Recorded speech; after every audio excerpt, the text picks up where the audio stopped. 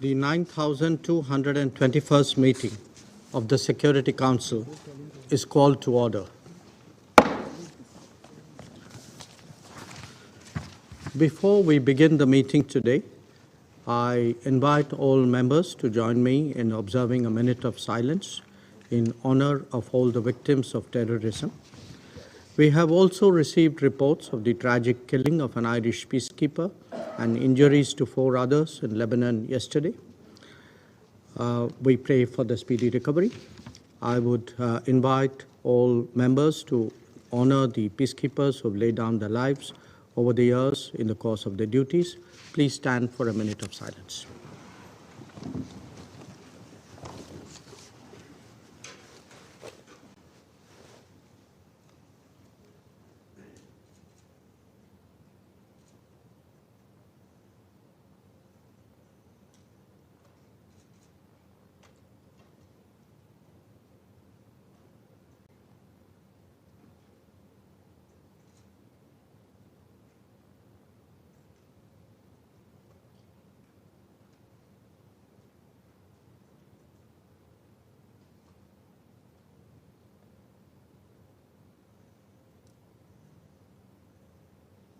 Please.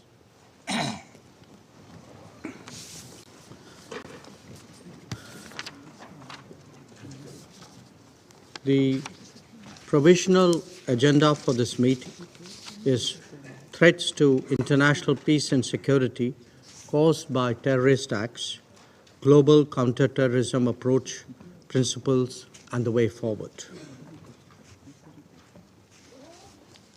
The agenda is adopted. I would like to warmly welcome the distinguished ministers and other high-level representatives. Your presence today underscores the importance of the subject matter under discussion. In accordance with Rule 39 of the Council's Provisional Rules of Procedure, I invite the following briefers to participate in the meeting: Mr. Vladimir Voronkov, Under-Secretary General, United Nations Office of Counterterrorism; Mr. Wei Xiong Chen, Acting Executive Director of the Counterterrorism Executive Directorate; and Ms. Anjali Vijay Kulthe, Nursing Officer at the Kama and Albles Hospital in Mumbai, a survivor of the 26/11 Mumbai terror attacks. It is so decided.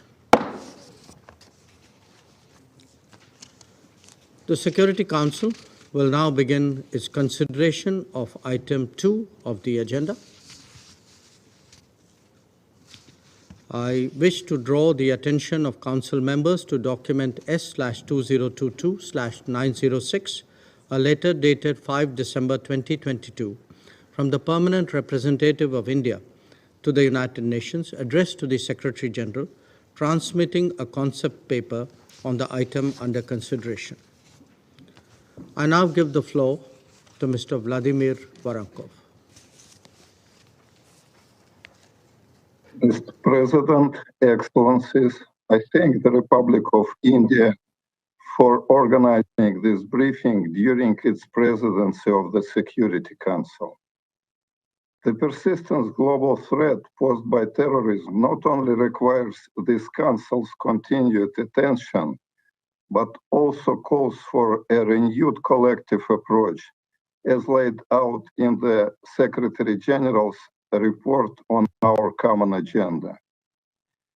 His new agenda for peace will outline a way forward to address converging risks and threats that include not only terrorism, but also armed conflict, a worsening climate emergency, poverty and inequality, the unregulated cyberspace, and not easy recovery from the COVID-19 pandemic.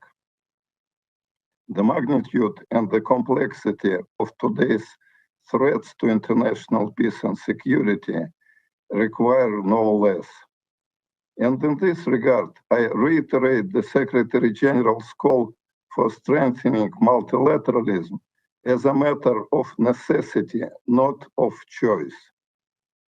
Mr. President, Excellencies, despite continuing leadership losses by Al-Qaeda and Daesh, terrorism in general has become more prevalent and more geographically widespread, affecting the lives of millions worldwide.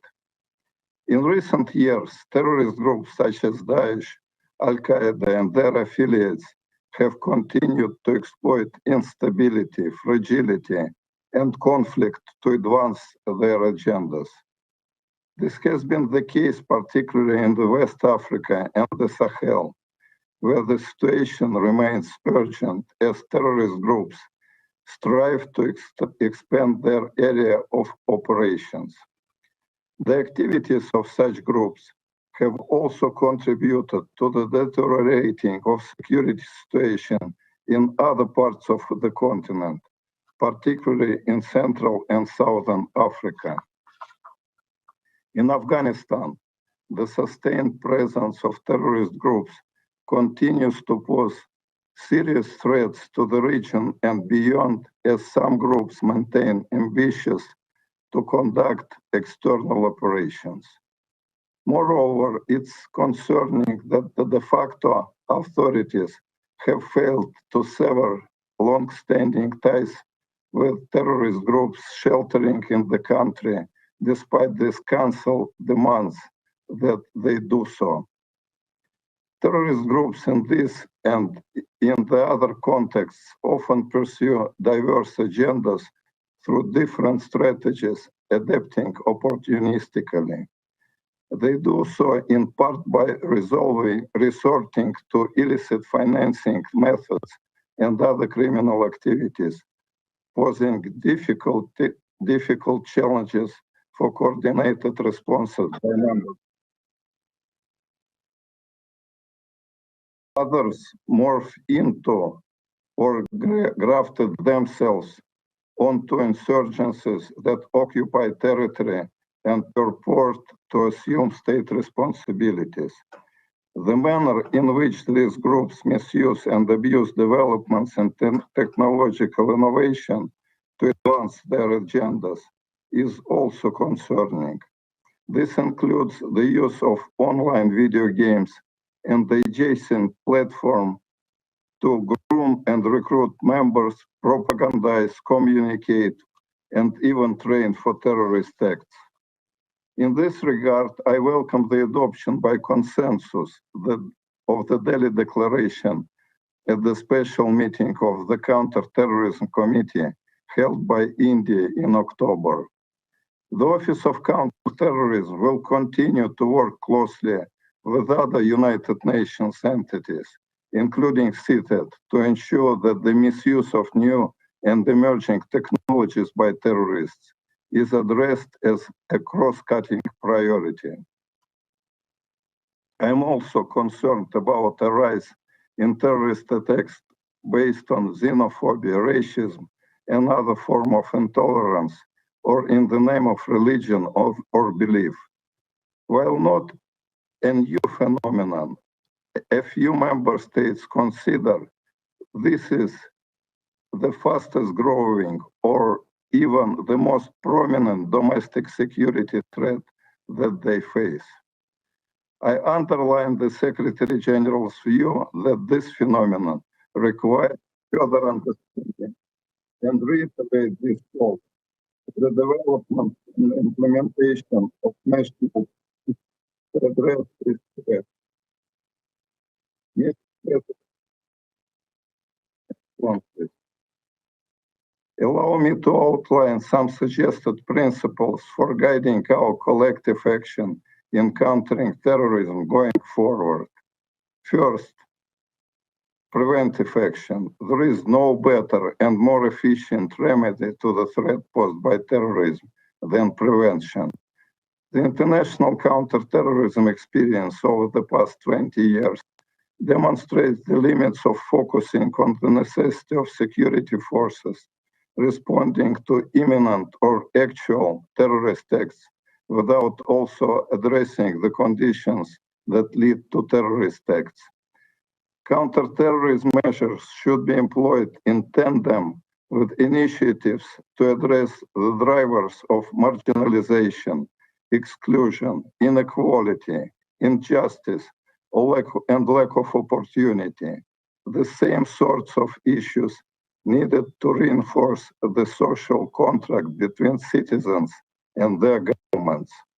Second, addressing the complex conditions driving terrorism requires multifaceted and integrated responses. Whole of society approaches should be community-based, conflict and gender sensitive. Engaging a multitude of stakeholders is indispensable for devising such strategies. This includes not only civil society organizations, religious leaders, youth and women's groups in the private sector, but also victims and survivors of terrorist acts. Third, in keeping with the United Nations Global Counterterrorist Strategy, human rights must be at the center of effective counterterrorism responses. Upholding the rule of law and respecting international law, including human rights law, is both a legal and moral obligation and an operational requirement. Well-established principles, norms, and standards should feature front and center in our efforts to counter the threat posed by terrorist acts. Finally, regional arrangements should be leveraged. As the threat posed by terrorism is transnational, so too should be the responses. Regional-based approaches offer an opportunity for tailoring responses to specific contexts. It is for this reason that the Office of Counterterrorism is co-organizing with Nigeria a summit on counterterrorism in Africa. This summit presents an important opportunity to reconsider how the United Nations could further support counterterrorism efforts in Africa. I look forward to working closely with this Council as we strive to revitalize our multilateral action to counter and prevent terrorist acts. I thank you for your attention. I thank Mr. Varanko for his briefing. I now give the floor to Mr. Wei Xiongchen. Thank you, Mr. President. Mr. President, the terrorist landscape continues to evolve. Terrorist groups such as Daesh, Al-Qaeda, and their affiliates continue to recalibrate their strategic and operational methods. With those groups and cells becoming more locally based and decentralized, the threat has become diffuse and diverse in nature. Away from their traditional theaters, battlefields have emerged in the Sahel, West, East, Southern, and Central Africa, as well as in parts of Asia. Meanwhile, Daesh persists in its attempts to regroup in its traditional geographic center. We're also seeing an increase in threats from terrorism on the basis of xenophobia, racism, and other forms of intolerance. Those groups have become more transnational in nature. They have forged strong links across borders and built robust networks, exploiting virtual platforms where they exchange views, radicalize others into terrorism, recruit, and support one another financially and operationally. Against this backdrop, criminal justice actors have a critical role to play in addressing those threats in a meaningful manner. Mr. President, terrorists continue to exploit online platforms, including gaming platforms, to recruit and radicalize, raise funds, plan and coordinate operations, and disseminate propaganda. Against this backdrop, the Counterterrorism Committee held a special meeting on countering the use of new and emergent technologies for terrorist purposes in India, October the 29th and 28th, 2022. The Counterterrorism Committee Executive Directorate was able to provide its full support in organizing this special meeting, which saw the participation of key stakeholders, including member states, United Nations agencies, international and regional organizations, civil society organizations, the private sector, and members of CTED's Global Research Network. The special meeting focused on three key areas: the Internet, including social media platforms and related online spaces, countering terrorism financing and new payment technologies, and misuse of unmanned aerial systems.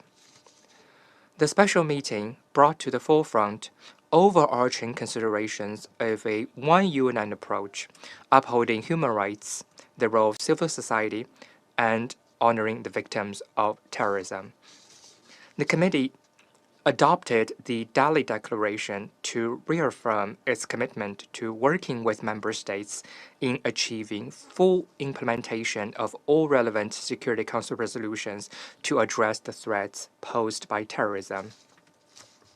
CTED will support the Counterterrorism Committee in the development of a set of non-binding guiding principles that are consistent with international human rights law and humanitarian law to assist member states in countering the threat posed by the use of new and emergent technologies for terrorist purposes.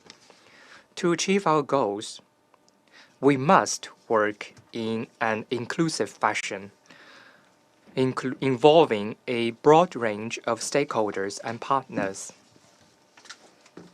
The UN counterterrorism architecture has also provided a useful platform for CTED to collaborate with the United Nations Office of Counterterrorism and other entities of the Global Compact to work together towards our common objective. We also look forward to further collaborating with member states, international and regional organizations, civil society, the private sector, and other stakeholders in such endeavors. Thank you, Mr. President. I thank Mr. Chen for his briefing. I now give the floor to Ms. Anjali Vijay Kulte.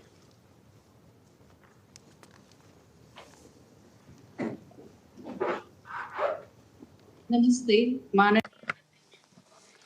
Honorable Chair, Excellencies, Namaste to all of you. I am Anjali Vijay Kulte from Mumbai, India. I am a staff nurse at the Kama and Albles Hospital in Mumbai. This is one of the earliest hospitals in India, established exclusively for women and children in 1886 with support from private donors.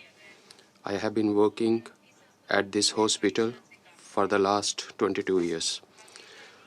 I am one of the fortunate ones who survived the terrorist attack on the hospital on the night of 26 November 2008. As a victim and survivor of terrorism, I bring to this Council's notice the voice of trauma and sorrow endured by families of victims and survivors of terrorist attacks from across the world. On 26 November 2008, I had a night shift in the antenatal care unit from 8 p.m. 20 pregnant women were under my charge that night. I had two helpers, Hira and Madhu, assisting me. An hour later, we were informed that the city's main railway station, around a mile away from the hospital, has been stormed by terrorists. Our senior officials called and asked us to prepare for an emergency. While we began preparing, we heard gunshots being fired at around 10:30 p.m. from behind the hospital. I and my helpers quickly moved to the window of my ward's bathroom. We noticed that two persons with guns entered the hospital after jumping over the wall. One of them fired at our window. We closely escaped the bullet, which hit one of my helpers' thumb and the lights of the ward. Hira's thumb was profusely bleeding, and the room became dark. I escorted her to the accident ward on the ground floor for the treatment. I also informed the chief medical officer of the hospital that terrorists have entered our hospital and are firing. As I rushed towards the ward on first floor, I saw the same two terrorists shooting the two security guards of the hospital. Both the security guards fell on the floor with their bodies heavily bleeding. I was extremely scared. I gathered courage and rushed to the first floor. I closed the main iron door and shifted all the patients to the pantry with the help of another staff. I locked the door and switched off the lights so that the shooters could not see the patients. At all costs, I wanted to protect my patients from firing by terrorists. While I was locking the door, I saw two terrorists rushing towards the second floor and being chased by some policemen. We heard firing continuously. We experienced heavy shocks because of explosion of grenades. While we were hiding in the ward, I thought to myself, death is inevitable in this life. Why not die valiantly?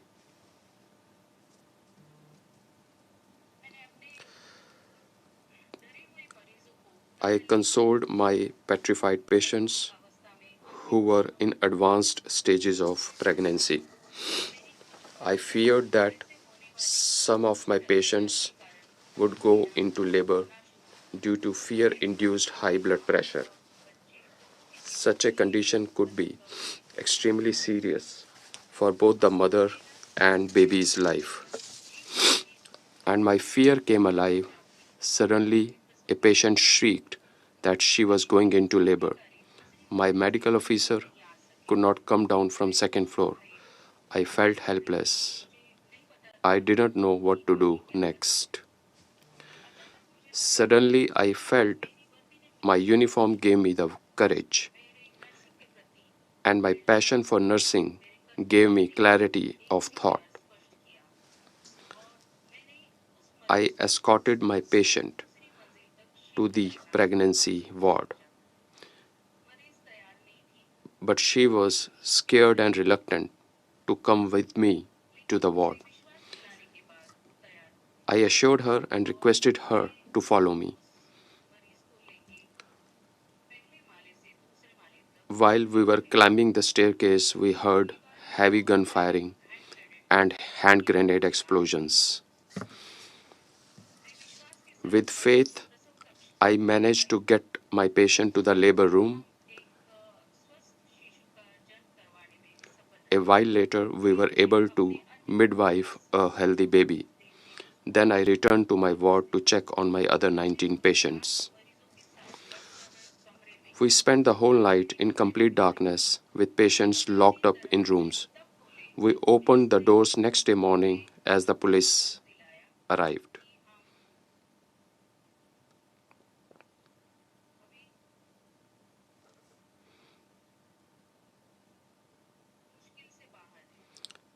it was hard to believe that we were alive. I could not sleep peacefully for several nights and woke up many times in middle of many nights with vivid memories of the terrorist attacks.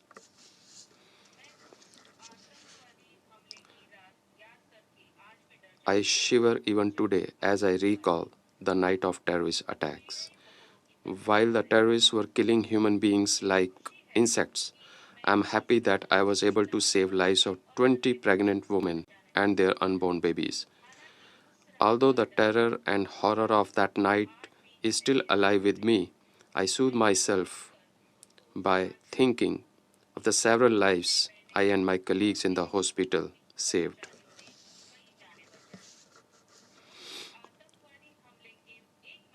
1 month after this terrorist attack, I was summoned by authorities to identify the lone surviving terrorist, Ajmal Kasab, of these attacks. Although my family feared reprisals for testifying in the court, I chose to be the witness. In the jail, when I recognized him, he smiled sarcastically and said, "Madam, you recognized me correctly. I am Ajmal Kasab." Kasab did not have an iota of remorse, no shame, no guilt. His sense of victory haunts me even today. Whenever I see news reports on television about terrorist attacks anywhere in the world, my heart goes out for the victims and survivors of such attacks who live rest of their lives in trauma. We, the victims of 26/11 Mumbai attacks, continue to wait for justice, as the sponsors of these dastardly attacks remain free even after 14 years. Too many lives have been lost, too many children have been orphaned, too many people have been traumatized. I request the international community through this council to bring the sponsors of 26/11 Mumbai attacks to justice and give the families of victims a closure. Thank you. I thank Ms. Kulte for her briefing. I will now make a statement in my capacity as the External Affairs Minister of India.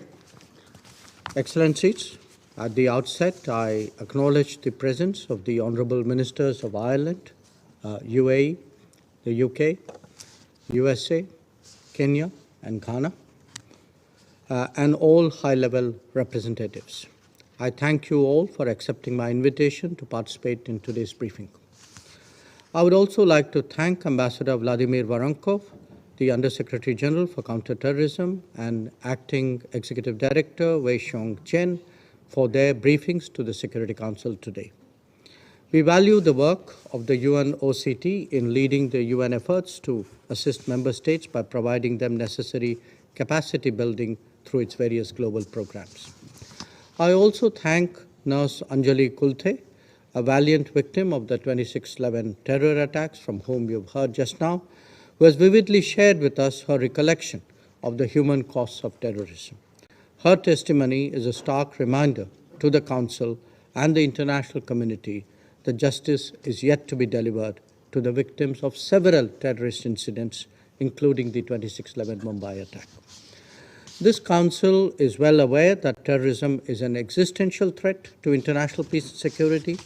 It knows no borders, nationality, or race, and is a challenge that the international community must combat collectively. India faced the horrors of cross-border terrorism long before the world took serious note of it. Over the decades, we lost thousands of innocent civilian lives, but we fought terrorism resolutely, bravely, and with a zero-tolerance approach. As Prime Minister Narendra Modi has declared, we consider that even a single attack is one too many, and even a single life lost is one too many. So we will not rest till terrorism is uprooted. Today's briefing is part of India's ongoing efforts in the Security Council to reinvigorate the counter-terrorism agenda. And that is overdue because the threat of terrorism has actually become even more serious. We have seen the expansion of Al-Qaeda, Daesh, Boko Haram, and Al-Shabaab and their affiliates. At the other end of the spectrum are lone wolf attacks inspired by online radicalization and biases. But somewhere in all of this, we cannot forget that old habits and established networks are still alive, especially in South Asia. The contemporary epicenter of terrorism remains very much active, whatever gloss may be applied to minimize unpleasant realities. On this occasion, let me therefore highlight 4 specific challenges with which the counter-terrorism architecture is currently grappling. 1.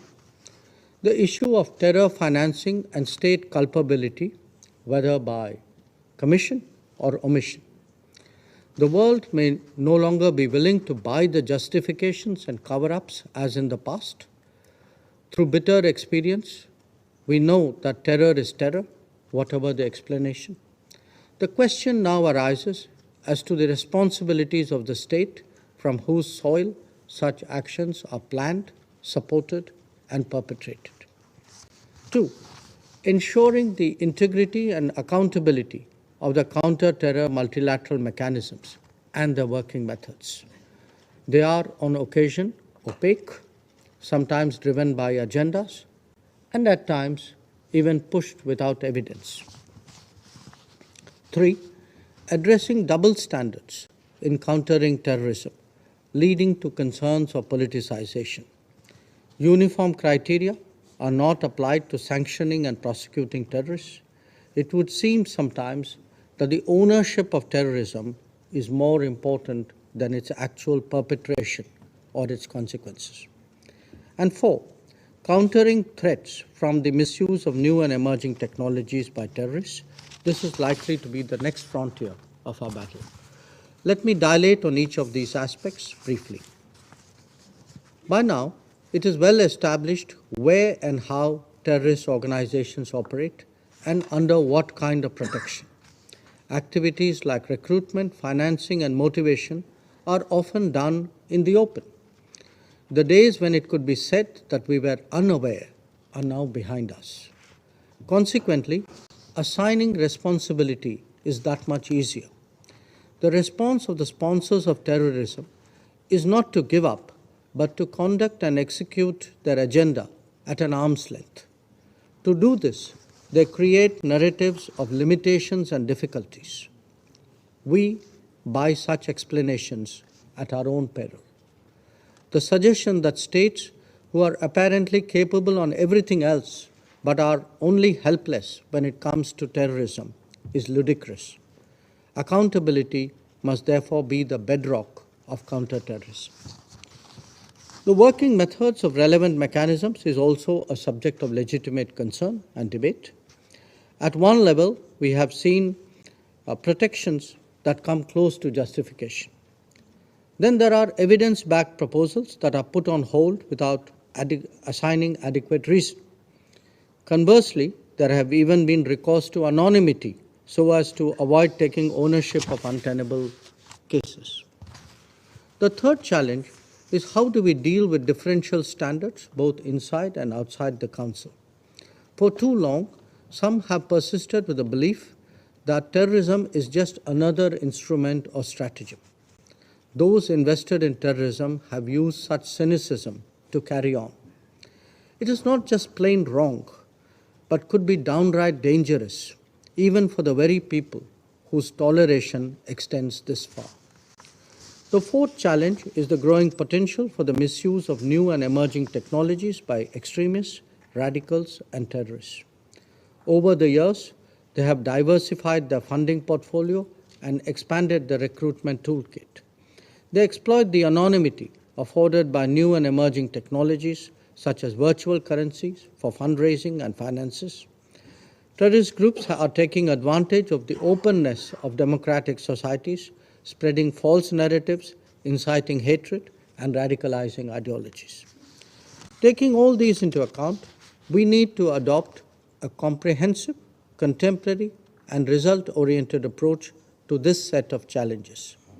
No individual state should endeavor to seek political gain from terrorism, and none of us, collectively, should ever put up with such calculations. When it comes to tackling terrorism, we must overcome political differences and manifest a zero-tolerance approach. When we began our current term in the Council last January, I had proposed an 8-point action plan on counter-terrorism to this very Council. I'm glad that some of the action points have found reflection in the presidential statement to be adopted by the Council at the end of this meeting. As the chair of the Counter-Terrorism Committee of the Security Council this year, India has striven to bring these principles into the counter-terrorism architecture of the UN and into the debate on terrorism at this Council. We were privileged to host you all in Mumbai and Delhi during the special meeting of the Counter-Terrorism Committee in end October. The Delhi Declaration that was adopted then is a landmark document, and with it, we hope that this Council will build on this further. Let me conclude by emphasizing that we cannot let another 9/11 of New York or 26/11 of Mumbai happen again. In the last 2 decades, terrorism has been significantly countered and its justification delegitimized. But this remains work in progress. Combating terrorism is a battle in which there is no respite.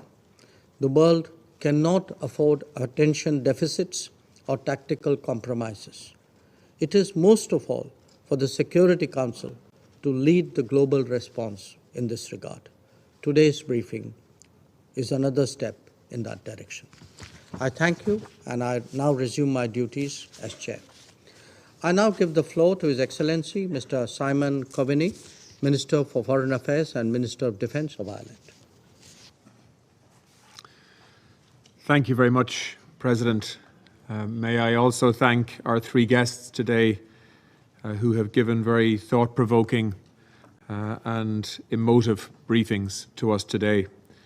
I also want to commend India for its focus on the important issue of counter-terrorism throughout its Council's tenure, and congratulate you on your successes. I want to start my contribution by expressing my deep sadness at the death of an Irish peacekeeper and injuries to 3 others in an incident in Lebanon yesterday. And I want to thank the Indian Presidency for the respect that they've shown by offering a minute's silence at the start of this meeting. These soldiers were serving proudly as part of the 121st Infantry Battalion in UNIFIL. The incident and loss of life is a stark reminder that our peacekeepers serve in dangerous circumstances. They put themselves in harm's way. All times, though, in the cause of peace. They operate under mandates that we decide here in this chamber to ensure that they can do the work they need to do, but also to ensure that they operate as safely as possible in terms of our obligation to manage risk. I want to offer my deepest condolences to the family and loved ones of the young soldier who died, and also to the loved ones of all peacekeepers who have died in the course of their duty, too many this year. President, when I first addressed this Council after Ireland joined almost 2 years ago, I stated clearly that terrorism remains one of the gravest threats to international peace and security.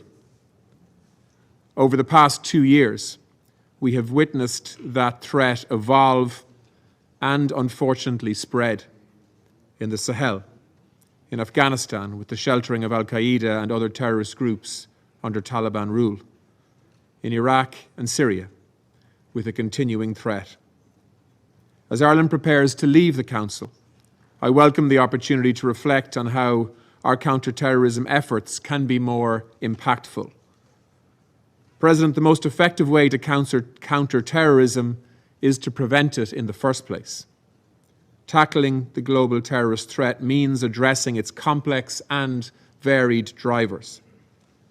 We know that communities affected by conflict, poverty, inequality, poor governance, and human rights violations are more vulnerable to radicalization and recruitment. Unless we address the root causes, we resign ourselves to addressing the same security challenges over and over again. Respect for human rights and the rule of law are vital in preventing the growth of radicalization and extremism, and they are both critical components of effective counterterrorism responses. Often, too often, measures adopted by states to counter terrorism have been misused to repress human rights and freedoms.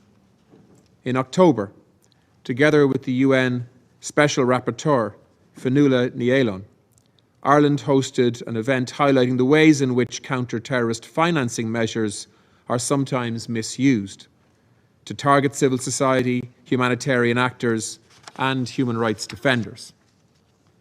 These actions serve only to drive radicalization and reinforce terrorist narratives. We must also heed the calls of our African partners, who have consistently advised us on the ways that climate change can aggravate the root causes of terrorism itself.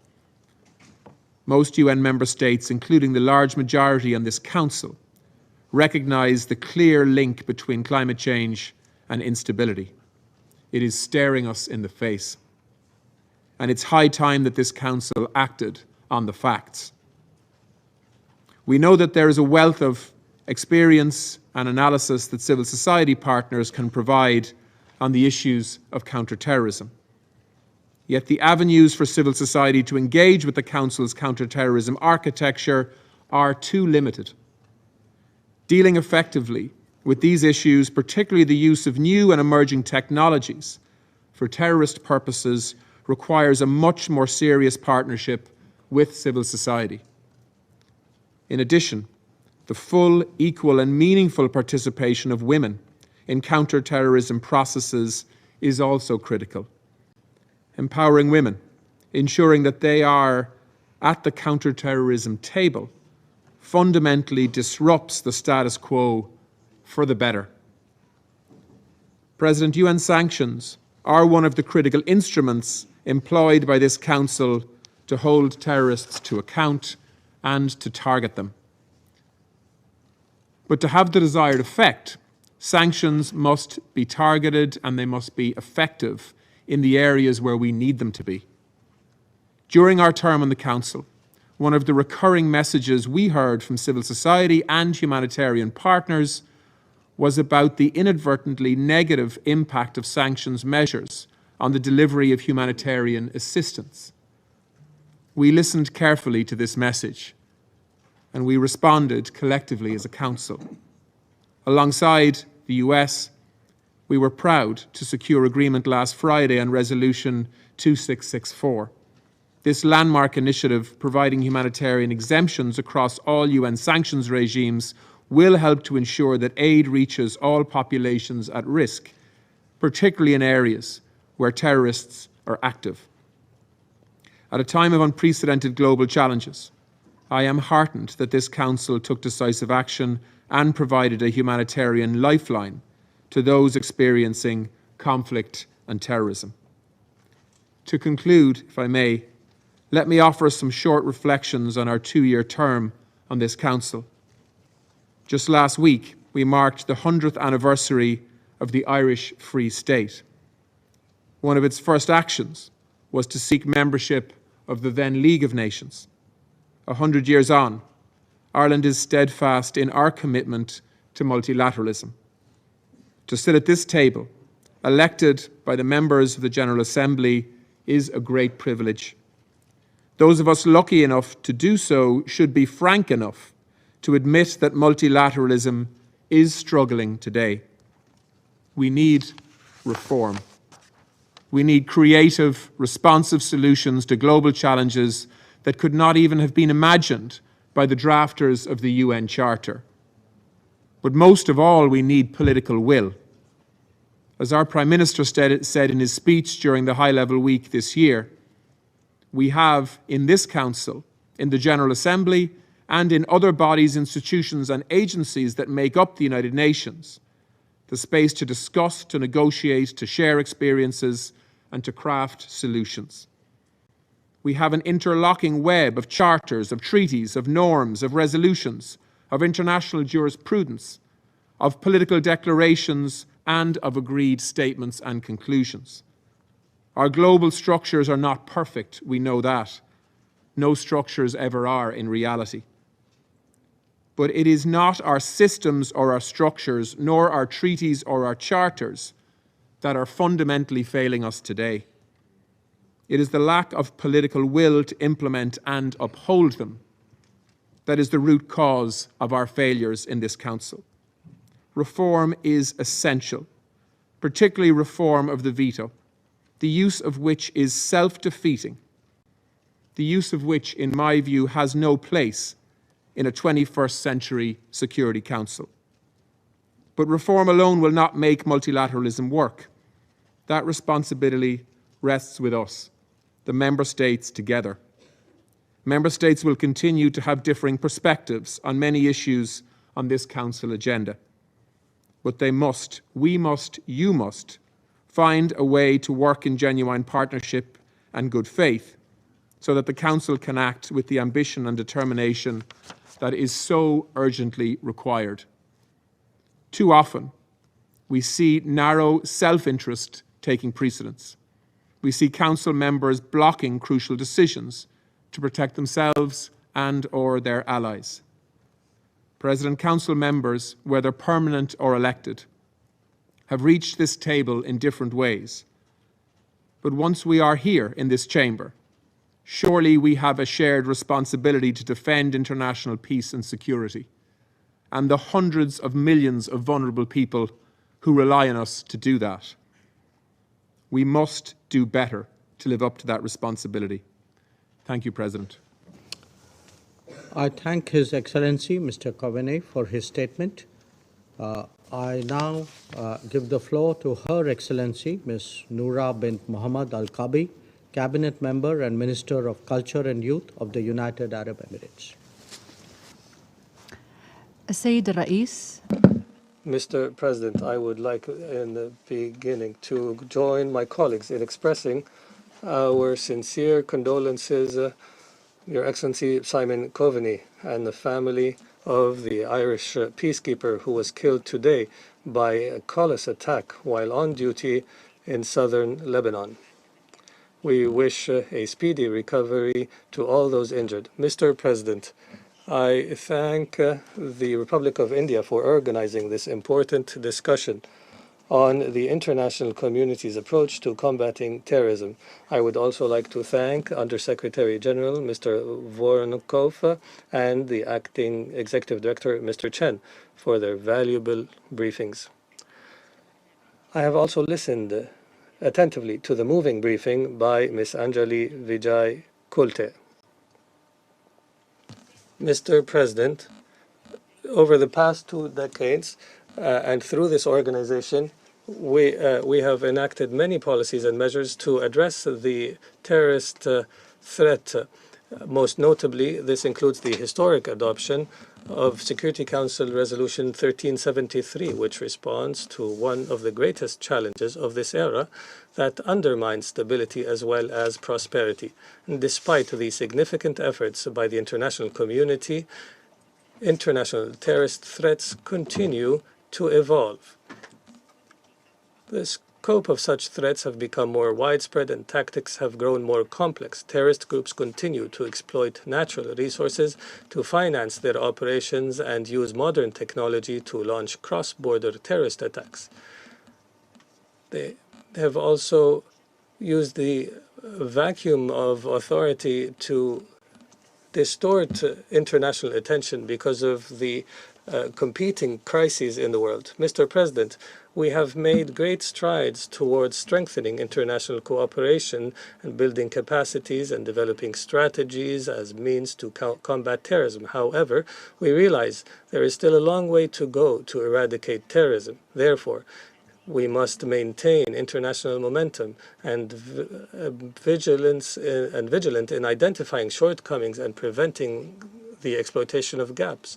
We must also be more flexible to keep pace with the evolving methods of terrorists and must be proactive in our prevention of extremism and terrorism. These concerns point to the importance of our discussion today. I would like to highlight three main aspects that we should focus on. First, the geographical scope of terrorist activities is expanding. The African continent has not been spared like others from the repercussions of this scourge. Nearly half of the victims of terrorism in the world are in Africa, where terrorist groups seek refuge in search of shelter and breeding ground. Therefore, it is no longer enough for the Council to focus on certain terrorist groups to the exclusion of others, especially considering the transnational nature of terrorist threats. Thus, it is imperative to harness all tools available to the Council, including sanctions committees, to curb terrorist activity. Additionally, regional and local efforts must be supported, and coordination with actors, including women and youth, must be intensified. Second, terrorists use sophisticated means and methods. Terrorist groups have proven their ability to exploit technological advances, including drones and digital currencies. Accordingly, the Delhi Declaration on combating the use of new and emerging technologies for terrorist purposes represents an important step upon which we look forward to bridging gaps and developing solid regulatory frameworks for the participation of governments and the private sector at the local and global level. Third, terrorism in all its forms must be addressed through comprehensive and multilateral strategies that focus on prevention. We will not be able to eradicate terrorism without exposing extremist ideologies that fuel violence and hatred, as well as incite killing and destruction. Therefore, we must insulate our societies from extremism and address its root causes. The UAE has therefore committed to work through a comprehensive framework to counter extremism. This includes rejecting all attempts to distort and exploit Islam by raising awareness that tolerance, peaceful coexistence, and celebrating diversity are inherent values in Islamic culture. The UAE's public and private institutions have launched several initiatives in cooperation with regional and international partners to eliminate extremism in a sustainable manner. One clear example is the Human Fraternity Conference, hosted by the United Arab Emirates. The conference resulted in the signing of the Human Fraternity Document for World Peace and Coexistence by Pope Francis and Grand Imam Sheikh Al-Azhar Sharif Ahmed At-Tayyib to catalyze dialogue on coexistence and brotherhood among people, and to promote these values globally.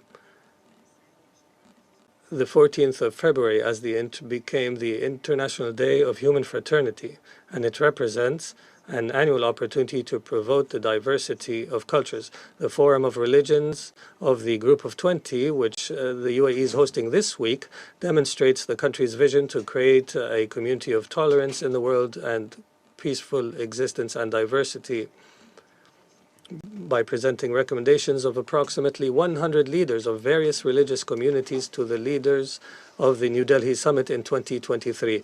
In conclusion, Mr. President, the presidential statement that we are adopting today confirms that terrorism remains at the top of the Council's priorities.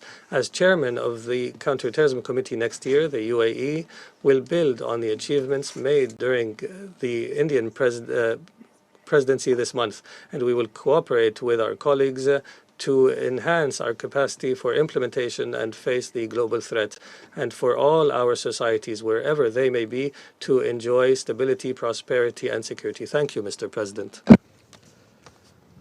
I thank Her Excellency, Ms. Al-Kabi, for her statement. I now give the floor to Her Excellency, Ms. Victoria Nuland, Undersecretary for Political Affairs of the United States of America.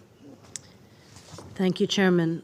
First, Minister Coveney, our hearts are with you, the Irish people, the family of your fallen peacekeeper, and with those who are recovering from the vicious attack in Lebanon. Further evidence of the risks that all of our peacekeepers take in support of the missions of this body. I also want to thank Dr. Jaishankar, Permanent Representative Cambodge, and India for this vital session, for your presidency of the Council this month, and for your active engagement and leadership as chair of the Counterterrorism Committee this year. The U.S. Counterterrorism Coordinator was just in New Delhi this week, working on ways to deepen our own partnership further, including against new and emerging threats. I also want to thank our UN briefers, especially Mrs. Anjali, for reminding us that the numbers on terrorism don't show the true story of the pain and the human toll. Mrs. Anjali's story is painful not because it is unique, but because it is not. Last year, the world faced more than 8,000 terrorist incidents across 65 countries, killing more than 23,000 people. Stories like Mrs. Anjali's of families and communities left shattered, stories of unbelievable horror and desperation, but also of heroism like hers. Other recent attacks around the world, the bombing of a police station in Indonesia, the coup attempt in Germany, and hateful incidents here in our own country, remind us that no country is safe from this threat, and it cannot be defeated by any of us alone or by any regional bloc. We must all work together. It's incumbent upon us to tackle these issues jointly, from the under and ungoverned spaces susceptible to terrorist control, to the desperate conditions that are conducive to recruitment, to the sources of illicit finance, and to the perverse ideologies spreading online and across borders. The UN now estimates that racially or ethnically motivated violent extremism, what we call REMV, has increased over 320% in recent years, with worrying new transatlantic links among groups. This ideology, rooted in hate, xenophobia, racism, anti-Semitism, and all forms of bigotry, has found common cause online, with new members being recruited through various social media platforms, and fake and manipulated photos quickly spreading misinformation and hate. It's therefore critical that we build on our shared capabilities in order to better detect, degrade, and respond to these new threats. That's why we are working with partners now to strengthen domestic law enforcement, judicial capabilities, border security, improve intelligence and information sharing on these threats, and sever key sources of terrorist financing. In May, we launched the Counterterrorism Law Enforcement Forum in Berlin, bringing together law enforcement officials from some 40 countries to build capacity and share best practices. In Indonesia, for example, the United States supports continuous mentorship programs to vetted law enforcement agencies investigating terrorist activity. In Kenya, we work with security and law enforcement to enhance detection and prevention and improve investigations, prosecutions, and ensure we get convictions.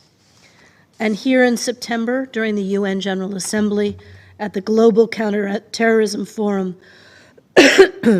I announced a new racially and ethically motivated violent extremism counter toolkit developed jointly by the United States and Norway to provide practical recommendations for countries and communities to recognize and respond to this threat. But while we work on REMV, we also have to not distract from the parallel fight against al-Qaeda and ISIS wherever it is found. Despite our success of the global coalition to defeat ISIS and the decisive strike against al-Qaeda leader Ayman al-Zawahiri in July, the threat is significant. One way the Council can help is by doing more on the current sanctions list to ensure it accurately reflects realities on the ground. UN sanctions are an essential tool in our counterterrorism toolkit. The Council should support listing all ISIS and al-Qaeda affiliates as well as their leaders and key supporters so that they face global asset freezes, travel bans, and arms embargoes. Unfortunately, the 1267 and 751 committees have only agreed to designate one entity and one individual this year. An array of holds due to unrelated political fights stand in the way of new listings. This political obstructionism fundamentally undermines the committee's mandate to prevent and deter threats to international peace and security and weakens the impact of the UN sanctions regime. We've been pleased to co-nominate several listings with India on ISIS and al-Qaeda, and we hope that the 1267 committee will move forward with these and other new nominations. The Council took strong steps last week to adopt Resolution 2664 to help ensure that reputable, impartial humanitarian actors are able to do their life-saving work even in areas where terrorists operate or control territory. This is going to ensure that those in need get the help they need and that they're not left simply at the mercy of the terrorists. We simply can't afford to leave these civilians exposed to the predations of malign actors who fail to meet their basic needs and often steal from them and destroy their property and take their lives. We are very grateful for the efforts of humanitarian organizations to advocate for this resolution and to ensure that they can help vulnerable populations. It's also critical that counterterrorism campaigns not be used as a pretext for member states to violate fundamental freedoms themselves. And it's concerning that some member states seek to undermine the advances on gender, civil society, and human rights made in Security Council resolutions and the global counterterrorism strategy. We've seen time and again that counterterrorism cannot succeed through sheer force and hard security measures alone. As I was reminded during my recent travels to Burkina Faso, Mali, Mauritania, and Niger, to be truly effective, as many have said, counterterrorism needs to be nested in a whole-of-government, whole-of-society effort. We have to nurture good governance, respect for human rights, access to education, healthcare, and economic opportunity. We have to support governments and their ability to deliver for their citizens. That is key to breaking the cycle of violent extremism.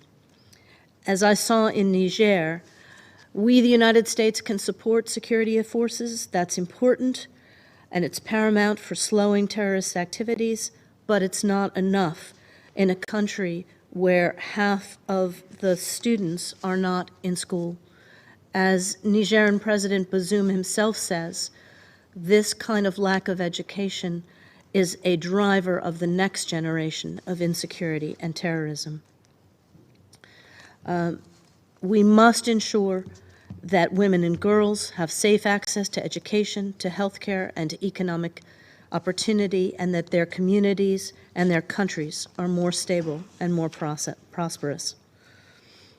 That's why we are focused on implementing the current robust global counterterrorist framework focused on a whole-of-society approach.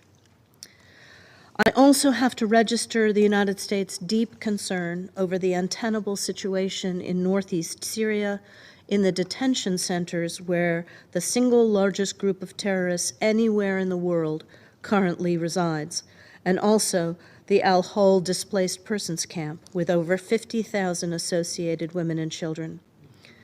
With approximately 10,000 foreign fighters in detention in northeast Syria, ISIS will seek to exploit regional instability to continue to pursue its Break the Walls campaign, freeing prisoners and replenishing its ranks.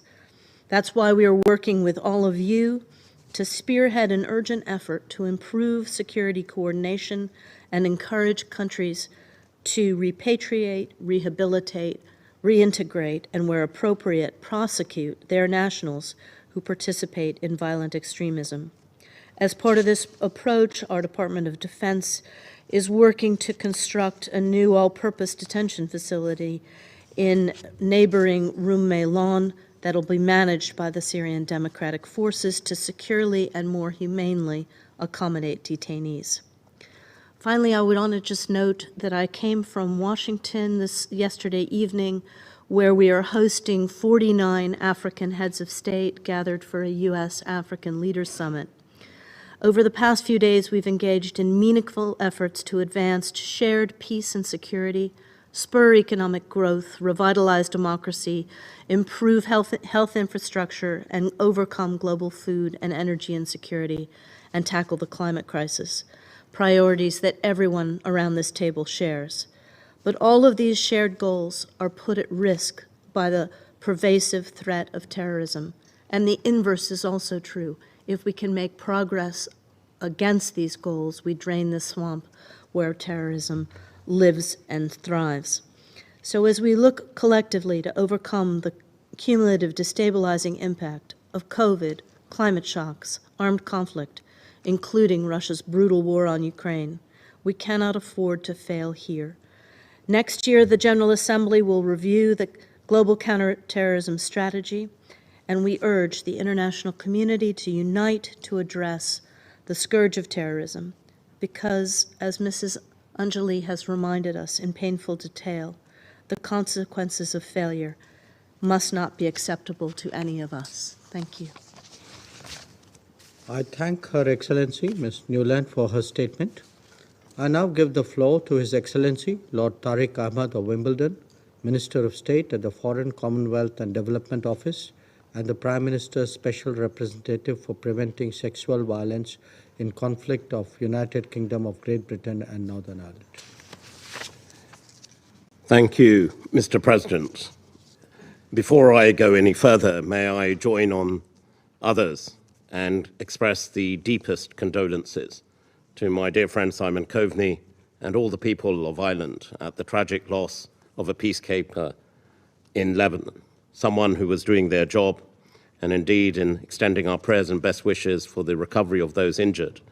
Once again, I join with him in our strong solidarity for those who represent this organization on the world stage in some of the most difficult places in the world, and ultimately, as we've seen tragically, pay with their lives. We pay tribute to their bravery and courage, and our prayers and best wishes go for the quick recovery of those injured.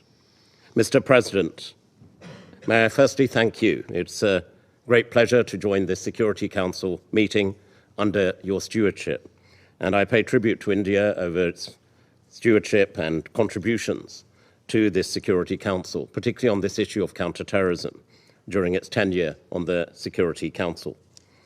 And the government of India deserves immense credit for the focus they have brought on the issue of counterterrorism and also what lies beneath and what drives terrorism, which is a perverse ideology of counter and of extremism, and we need to work together to counter this.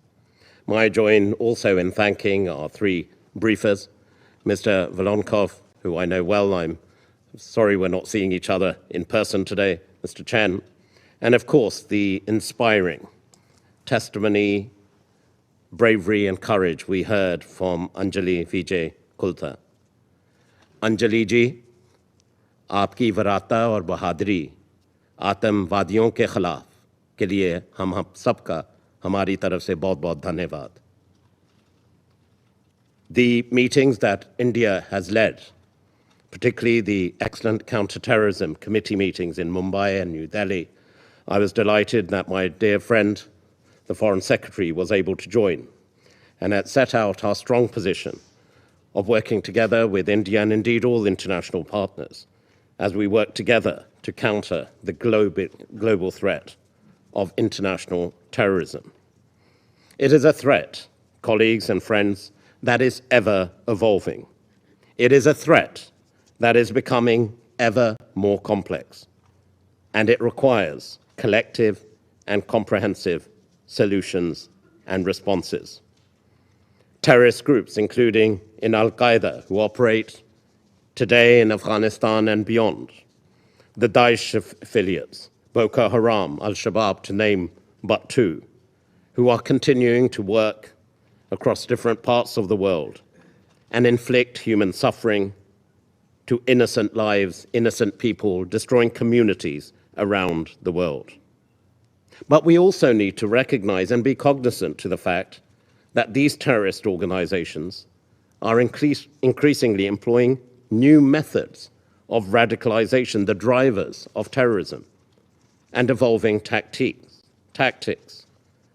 They use innovative ways of technology.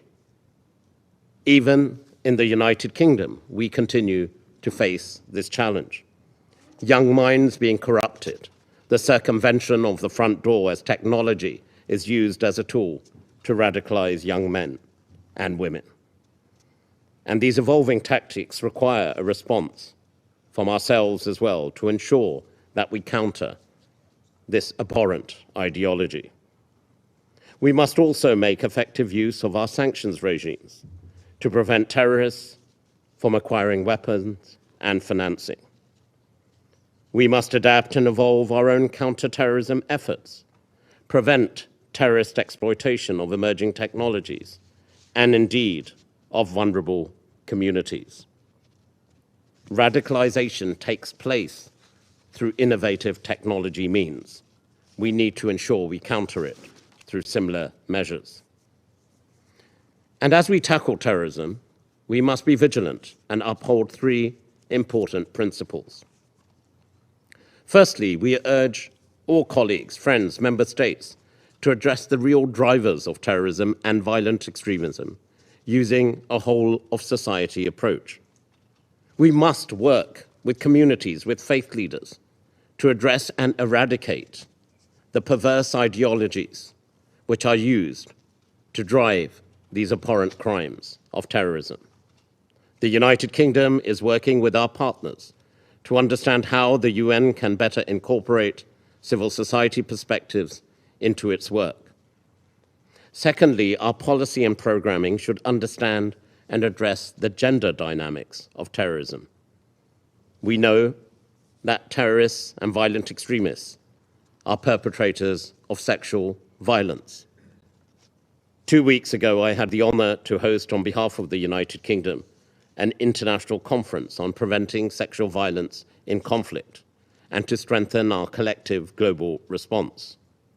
I was honored to host, amongst others, Nobel Peace Laureate Nadia Murad and many other survivors of sexual violence who spoke about the need for governments to do more to end these atrocities.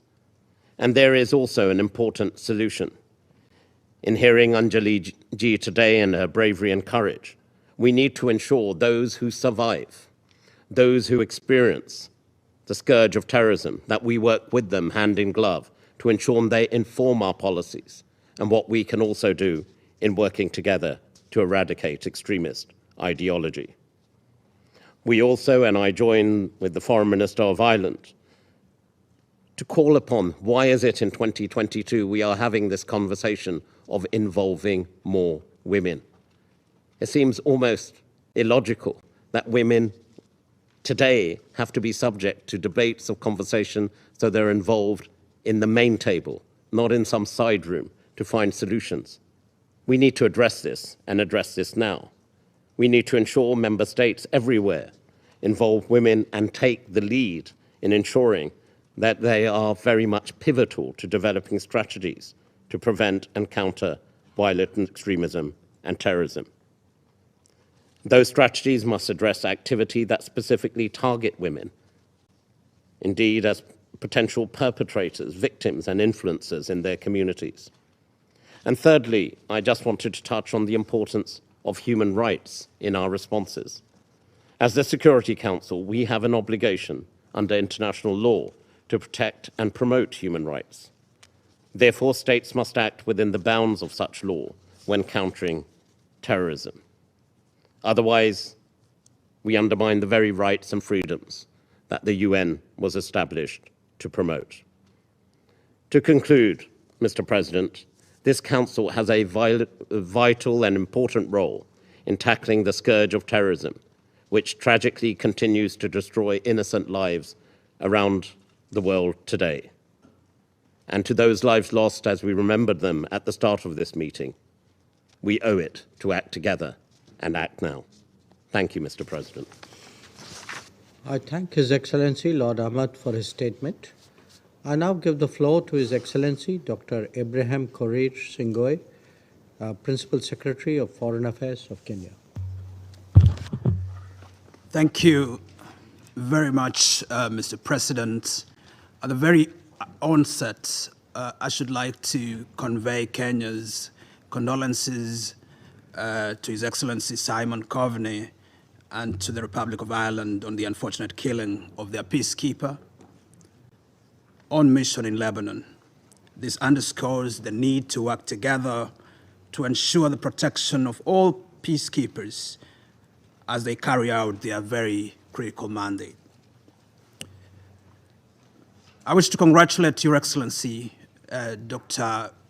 Jaishankar, for convening this important event. I commend India's stewardship of the Security Council Counterterrorism Committee for the last 12 months. The historic adoption of the Committee of the Delhi Declaration on Countering the Use of New Emerging Technologies for Terrorist Purposes this October reflects this leadership. I also thank Mr. Vladimir Voronkov and Mr. Shen Wegziongs for their briefings. Madam Anjali Vijay Kulte, your story as a survivor of terrorism is one of courage and resilience. You are an inspiration to many around the world who've suffered from these heinous acts. Mr. President, terrorism and violent extremism constitute grave threats to international peace and security. The bulk of the Security Council's counterterrorism measures are responses to the prominent targeting of member states by Al-Qaeda and its affiliates, the attacks of September the 11th, 2001 here in New York being a prime example. Unfortunately, despite the many countermeasures that have been instituted since then, this threat is persisting and even spreading dangerously. In several parts of Africa, terrorist groups with the support of foreign terrorist fighters and inspired by Al-Qaeda and Daesh ideologies are destabilizing and even holding governments at ransom. They're exploiting intercommunal tensions to increase their recruitment and radicalization and to intensify attacks across the continent. Mr. President, Kenya's counterterrorism is multi-agency and multi-sectoral. The lessons we've learned in building it may serve as useful examples to others. In the last 5 years, we've developed some of the most advanced disengagement and reintegration capabilities in the world. Operational decision-making is undertaken from the national to the local level and includes multiple security and non-security institutions. The intelligence, criminal justice, and administrative government structures work hand in hand. Every one of Kenya's 47 subnational counties has developed prevention strategies, and there are different stages of implementation. Equally, civil society is involved, reflecting the Kenyan people's commitment to this national priority to prevent and defeat terrorists. Over time, this has contributed to a marked reduction in the number of attacks and critically has blocked off any public legitimacy in any section of our citizenry for terrorist groups. With this example in mind and bearing in mind the need for a unified front to ensure effective and sustained counterterrorism, I wish to make 5 recommendations. First, counterterrorism against Al-Qaeda and ISIS groups should never cede ground to their extreme political demands and should offer no path to legitimacy. Too much counterterrorism is too kinetic and narrowly technical. It misses the essentially political, social, and even cultural dimensions of the threat. As such, counterterrorism measures that serve to to minimize the worst excesses of terrorists without being adequate enough to realize sustained victory are often deployed. The United Nations and states must add political, economic, and social tools to their counterterrorism efforts. They must also make it clear that terrorism will not offer a path to political legitimacy or power to terrorist groups or militants who employ this form of violence. Campaigns to negotiate with Al-Qaeda and ISIS-affiliated militant groups should differentiate between factions that are willing and able to renounce transnational terrorism and aims opposed to the United Nations Charter and its articulation in national constitutional and legal regimes. Second, counterterrorism must be linked to broader state and civil efforts to deal with its root causes. Political exclusion and marginalization, lack of economic opportunities, weak governance, persistent armed conflicts, and serious historical grievances create conditions for militancy that escalate into terrorism. In addition, the illegal exploitation of natural resources and natural resource conflicts, returning foreign fighters, particularly in populations dealing with climate change effects, are compounding agents. In short, fundamental changes in development and improved governance, reflected in inclusive and competent government, are requirements to overcoming the spread and entrenching of Al-Qaeda and ISIS groups. Third, the full weight of the Security Council's counterterrorism measures must be brought to bear in equal measure and without discrimination. Kenya has consistently called for the application of the Resolution 1267 sanction regime on all affiliates of Al-Qaeda, particularly Al-Shabaab. But few members of this council have resisted this petition, even as they unilaterally sanctioned the group for the reasons we seek its inclusion in UN sanctions. Last December, we negotiated for humanitarian carve-outs in Resolution 1267. We're glad to see that our aim then is being realized in a humanitarian carve-outs resolution. We hope these will clear the way for the listing of all groups that are formally and operationally linked to Al-Qaeda and ISIS. We agree with India that the de facto practice in the Security Council of classifying terrorists in inconsistent and opaque ways must be brought to an end if our counterterrorism efforts are to succeed. 4, at the technical level, cooperation for information sharing and capacity building is critical. We encourage enhanced collaboration at regional and global levels, including on capacity building initiatives by states who have advanced the prevention and countering of terrorism and violent extremism. We commend continued efforts of the United Nations counterterrorism entities in coordinating technical assistance and capacity building in support to member states in this respect. Fifth, in view of the current technological trends, we need to build partnerships on digital space and new technologies. Partnerships with internet providers and social media organizations can buttress the ability and efforts of national authorities to detect and disrupt online terrorism activities, including modes of terrorism, resource mobilization, and financing. We must also support states to develop measures and capabilities to regulate new technologies such as drones, virtual currencies, and counter the use of improvised explosive devices by terrorists. In conclusion, Mr. President, I reaffirm Kenya's unreserved commitment to the fight against terrorism in all its forms and manifestations. I thank you for your attention. I thank His Excellency, Dr. Singoi, for his statement. I now give the floor to His Excellency, Mr. Ramesses Klele, Permanent Secretary of Ghana. Thank you. Mr. President, Your Excellency, the Minister of External Affairs of India, Ghana conveys deep condolences to India on the unfortunate loss of lives of peacekeepers while on a worthy cause for humanity.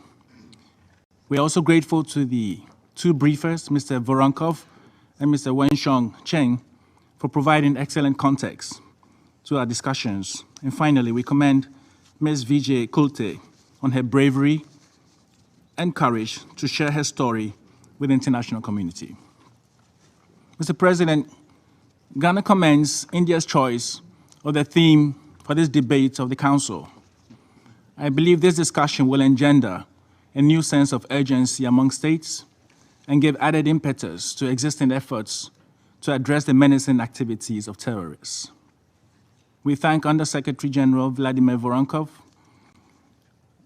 and the Acting Executive Director once again for setting the stage of what promises to be an open and frank discussion on a matter that must be at the top of the agenda of the Council. We acknowledge the efforts of the United Nations Office of Counterterrorism in assisting member states to implement the UN Global Counterterrorism Strategy and encourage the further collaboration of the UNODC with member states in the face of the rising threat of terrorism. Terrorism represents the most significant evolution of the threats to international peace and security that this Council is mandated to address. It represents a huge burden on our fragile society or security architecture as it converges with existing security threats to expose weaknesses in national, regional, and global mechanisms to protect our people. And it affects nations, regions, and our international community in profound ways, setting back our progress as a civilization. The urgency to act becomes pressing by the day as the emboldened terrorists now seek to gain access to maritime resources, more endowed territory, and highly urbanized and more developed terrain. The nature and gravity of the threat to international peace and security and to international commerce and investments needs no further elaboration. And it strikes at the heart of our efforts to achieve the 2030 Agenda for Sustainable Development, as the attacks compound the developmental challenges facing communities worst affected by terrorism. In order to respond to the daunting challenges terrorism and violent extremism pose, our collective response must match the gravity of the threat to all our countries. The transnational character of terrorism provides justification for us to be global in our approach and coordinated in our actions. It is in this context that Ghana reaffirms her commitment to the global counterterrorism strategy and the implementation of all 4 pillars of the strategy in the ongoing war against international terrorism. We will continue to work with all member states in this regard. Mr. President, against that backdrop, I wish to highlight 4 key points. First, despite the continuing absence of a definition on terrorism, the international community cannot afford to be disunited in its actions to counter the threats that terrorist groups pose. We believe that to successfully detect, disrupt, and deter terrorist acts, there is a need for a shared view, common understanding, and equal commitment to existing and executing the counterterrorism frameworks, particularly through proactive national initiatives and improved international collaboration. Such a goal requires the Council and the wider international community to adopt a zero excuse and zero tolerance policy when it comes to the treatment of terrorist groups. There should be no differentiation between terrorist groups, as differential treatment would only undermine efforts to combat terrorism in a disproportionately affected by conflicts. They hold unique perspectives that may help improve the response to the underlying drivers of terrorism and violent extremism. Fourthly, terrorist groups engage in illicit trade in natural resources, raise revenue from illegal taxes imposed in territories they control, and use the dark web to raise and move funding. Our aim must be to dry up these sources of funding for their nefarious activities. To do so, countries affected by terrorists and their networks must be adequately supported with the funding needed to undertake operations to monitor the movement of money in and out of their borders and to regain control of the territories controlled by terrorists. Member states in the front line of terrorism accordingly require greater international solidarity, especially in these difficult times, when 3 years of multiple crises have diminished the capacity to counter terrorism. We equally encourage enhanced budgetary support for UNOCT and call for sustained funding for the implementation of the global counterterrorism strategy. Mr. President, before concluding, let me share briefly some elements of Ghana's implementation of the strategy with a strong focus on prevention as the primary objective that needs to be pursued in addressing terrorism. Ghana has adopted a whole-of-society approach by involving the private sector and civil society organizations in addressing the underlying motivations for terrorism, while also taking a gender-sensitive approach to combating terrorism. This is helping to reduce the vulnerability of youth groups to radicalization and recruitment through the opening of further opportunities for them to fulfill their legitimate aspirations. We have also undertaken a wide array of measures for institutional development and to safeguard vulnerable communities, critical national infrastructure, mobility corridors, and public spaces and cyberspace corresponding to the second pillar of the strategy. Within the context of the third pillar of the Global Counterterrorism Strategy, we continue to cooperate with ECOWAS, the African Union, and the United Nations, and believe in strong partnerships for regional-led counter-insurgency operations, as well as cross-regional intelligence sharing to halt the cross-border collaboration by terrorist groups. In this regard, we urge sustained international support for regional mechanisms such as the Accra Initiative, which facilitates intelligence and information sharing on questions of terrorism, transnational organized crime, and violent extremism in relation to the expansionist agenda of terrorist groups from the Sahelian region. Finally, we believe in the complementary and mutually reinforcing nature of counterterrorism measures and the protection of human rights as envisaged by the fourth pillar. In our national strategy for prevention and suppression of terrorism, special attention has been placed on the protection of human rights, and any measures taken to combat terrorism fully comply with our national constitution, which has some of the highest standards of human rights, as well as with our obligations on international law, in particular, human rights law, refugee law, and international humanitarian law.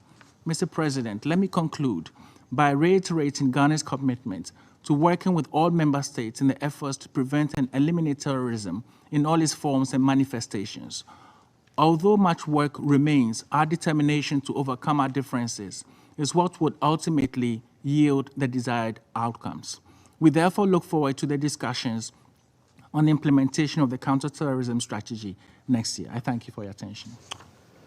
I thank His Excellency, Mr. Cleland, for his remarks. I give the floor to the representative of Norway. Thank you, President and Foreign Minister, for convening this important meeting.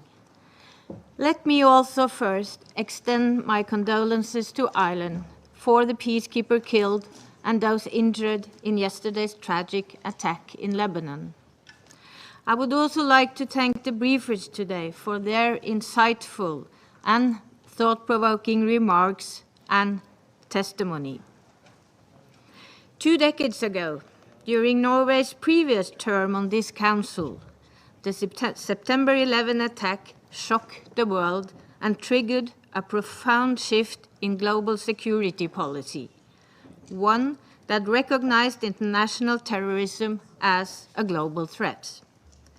Since then, the multilateral counterterrorism architecture has grown at a rapid pace and now forms a key part of the broader peace and security agenda.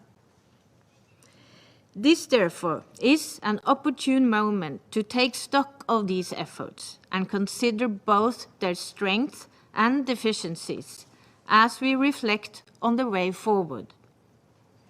President, there is no doubt that notable success has been achieved.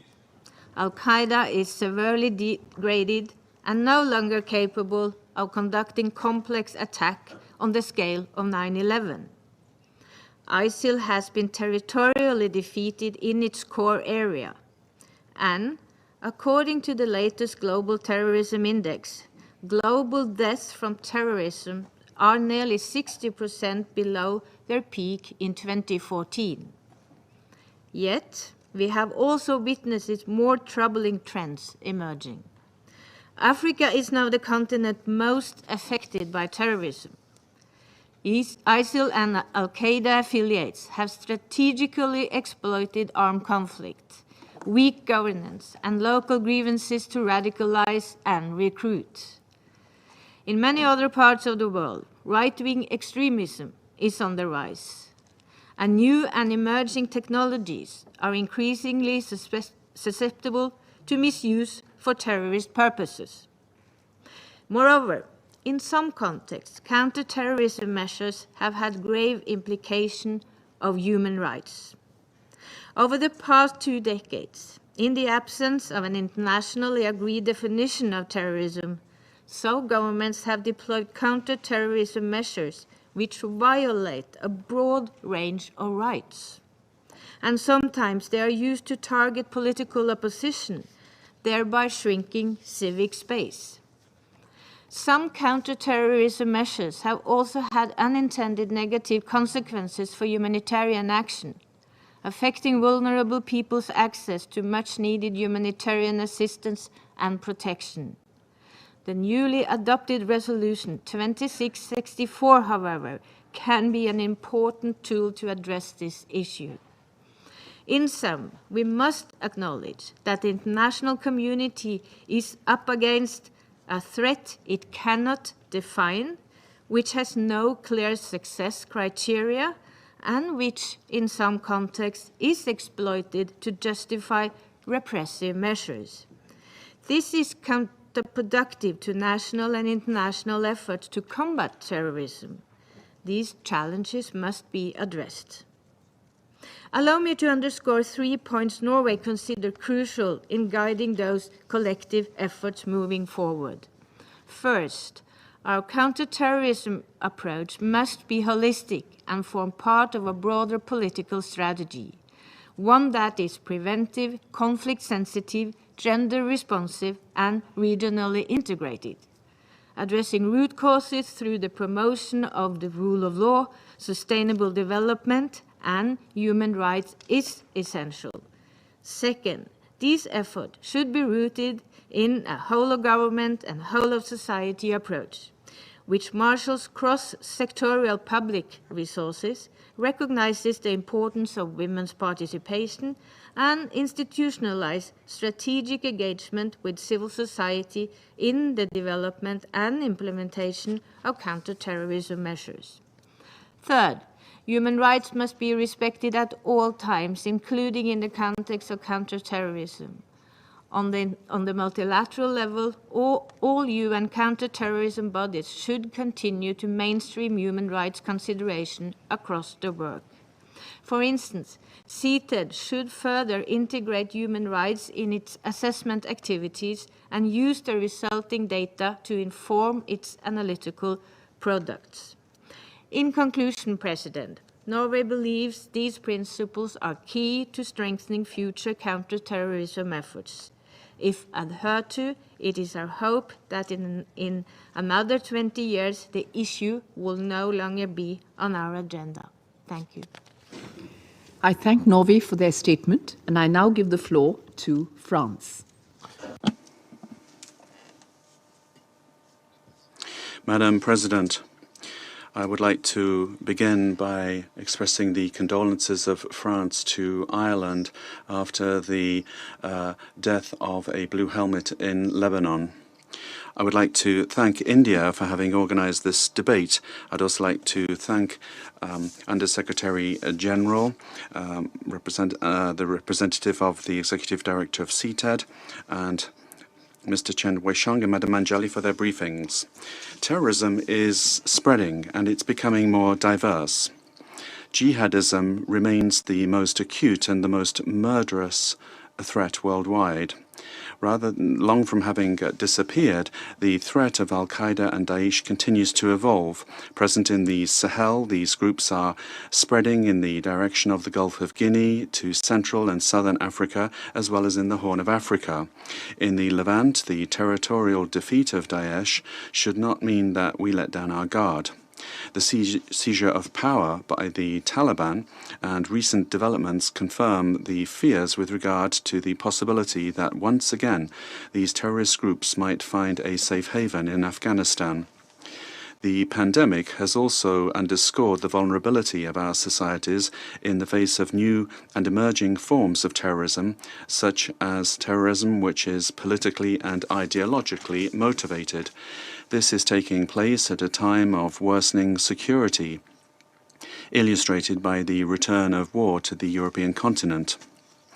In the face of this, our means to fight this scourge must also evolve, and that's why the Counter-Terrorism Committee, with the support of the Counter-Terrorism Executive Directorate, this year has highlighted essential aspects, particularly during an important meeting organized last October in India.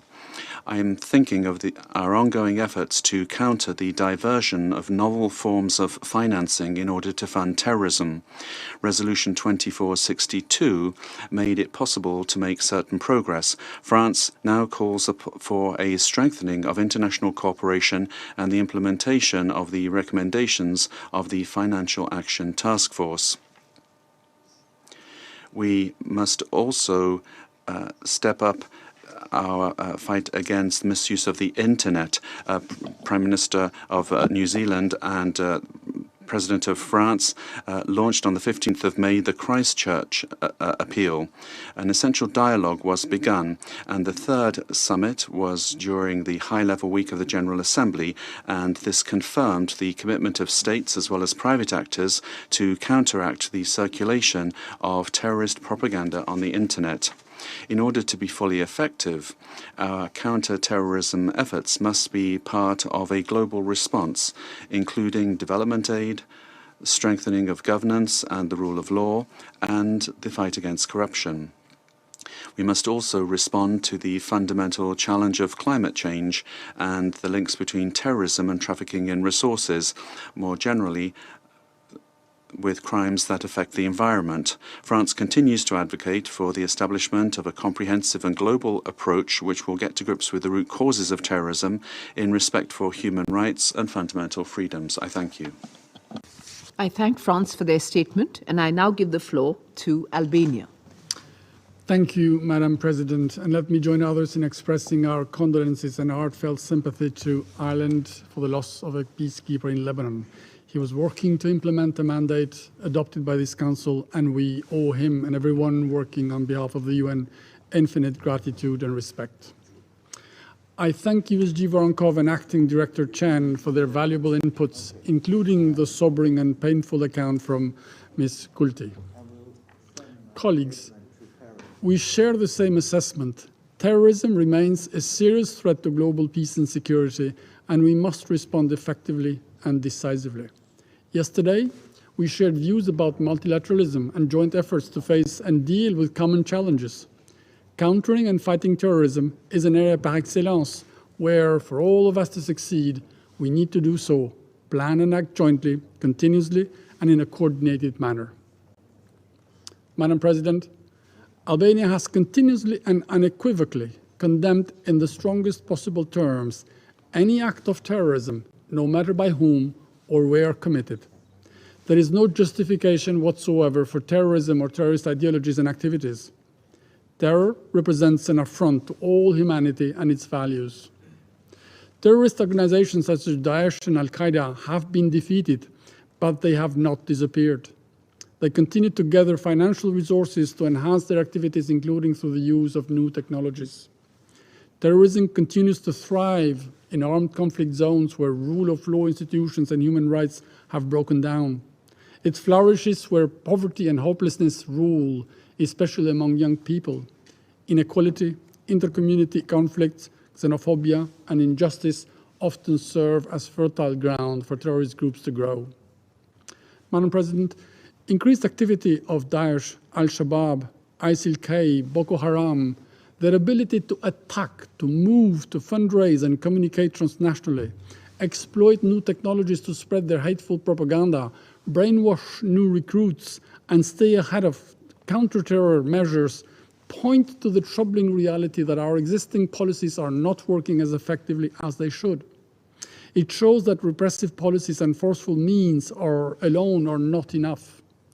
We are all aware of the growing impact of new technologies in every aspect of development and life. This makes cyber defense a priority matter of national security for everyone. Cyber is a tool used not only by criminals, but also by terrorists, be them state or non-state actors. We experienced ourselves last July. Therefore, it is imperative that we keep it on top of multilateral counterterrorism agenda by working together to ensure appropriate responses fit for our times and the digital age. Madam President, prevention is critical in our common fight against terrorism. We need to win hearts and minds of people, of the young people in particular, before the terrorists do so. We need to put bespoke programs in place that address in a comprehensive and sustainable manner the manifold drivers of terrorism. Prevention requires good and transparent governance, development and rule of law, human rights, accountable institutions, healthcare, including new forms of outreach through educational programs. To this end, we believe that the role of civil society, including religious communities, is crucial. All preventive measures require time, energy, and a lot of resources, but in the long run, they are far more. Above all, they put people and victims of terrorism at the center of efforts. We must always be aware that repressive policies can also be used, unfortunately, to deny basic rights and exacerbate grievances and potential for added violence. We must always remember that successful counterterrorism and prevention of violent extremism efforts must be rooted in respect of human rights, including freedom of expression and the rule of law. Efforts to counter terrorism become counterproductive when used as a pretext to restrain freedom of religion or belief and other human rights and fundamental freedoms, when they target members of minorities, when they are used for repressive surveillance or for coercive population control. Such measures have little, if anything, to do with counterterrorism. They are human rights violations and abuses. Madam President, we believe in close cooperation as a necessity to finding good solutions. This is why Albania has 16 regional international agreements on border management, exchange of data, and mutual support. Through prevention, close cooperation and coordination, we will be better equipped to deal with this and other collective challenges. And we highly value the support by the UNOCT to member states in developing comprehensive assistance plans to better support victims of terrorism. The unity of the Council on the nature of the threat and the means to deal with it is vital for our collective success, as it has been demonstrated with the landmark unanimous adoption of Resolution 1267. This spirit should continue and prevail, not become victim of narrow interests that prevent the Council to discharge its responsibilities. Madam President, we must never forget that war begins in the minds of men, and it is precisely there we need to work, also when developing a comprehensive strategy to defend terrorism and enable people to lead normal lives in peace and dignity. We must spare no effort to prevent the direct and indirect incitement to terror acts, any glorification of violence or criminals, to stand strongly against hate speech and discrimination while staying true to our tenet that terrorism cannot and should not be associated with any religion, nationality, civilization, or ethnic group. For us, there is no doubt. It is through continued collective action that we will be able to successfully fight terrorism in all its forms and manifestations and wherever it occurs. I thank you. I thank Albania for their statement, and I now give the floor to China. Thank you, Madam President. Madam President, I join my other colleagues in expressing our condolences over the death of an Irish peacekeeper and injuries to 3 others in Lebanon yesterday. I express our condolences to the bereaved families and the Government of Ireland. I welcome His Excellency Foreign Minister Dr. Jan Shankar presiding over today's meeting. I've listened attentively to the briefings by USG Voronkov, Acting Executive Director Chen Weixiong, and Civil Society Representative Ms. Koite. I wish to take this opportunity to thank the UN Office of Counterterrorism and the Counterterrorism Committee Executive Directorate for their important contributions to the global counterterrorism endeavor. Combating terrorism is the shared responsibility of the international community and a major duty of the Security Council. Thanks to the years of efforts, progress has been made in international counterterrorism cooperation, yet the situation is still grave and much remains to be done. Hence, the need for continued efforts by the international community. As we speak, global terrorist activities are resurging even faster, with terrorist groups such as Daesh, Al-Qaeda, and the East Turkestan Islamic movement running amok. Recently, ISIL-K attacked a hotel in Kabul, Afghanistan, causing casualties. China strongly condemns this attack and supports Afghanistan in combating all forms of terrorism and violence. This terrorist attack is yet another stark reminder that terrorism is the public enemy of humanity, and the international community must step up coordination and cooperation to effectively combat terrorists and do everything possible to prevent the spread of terrorist forces. I wish to underscore the following 3 points.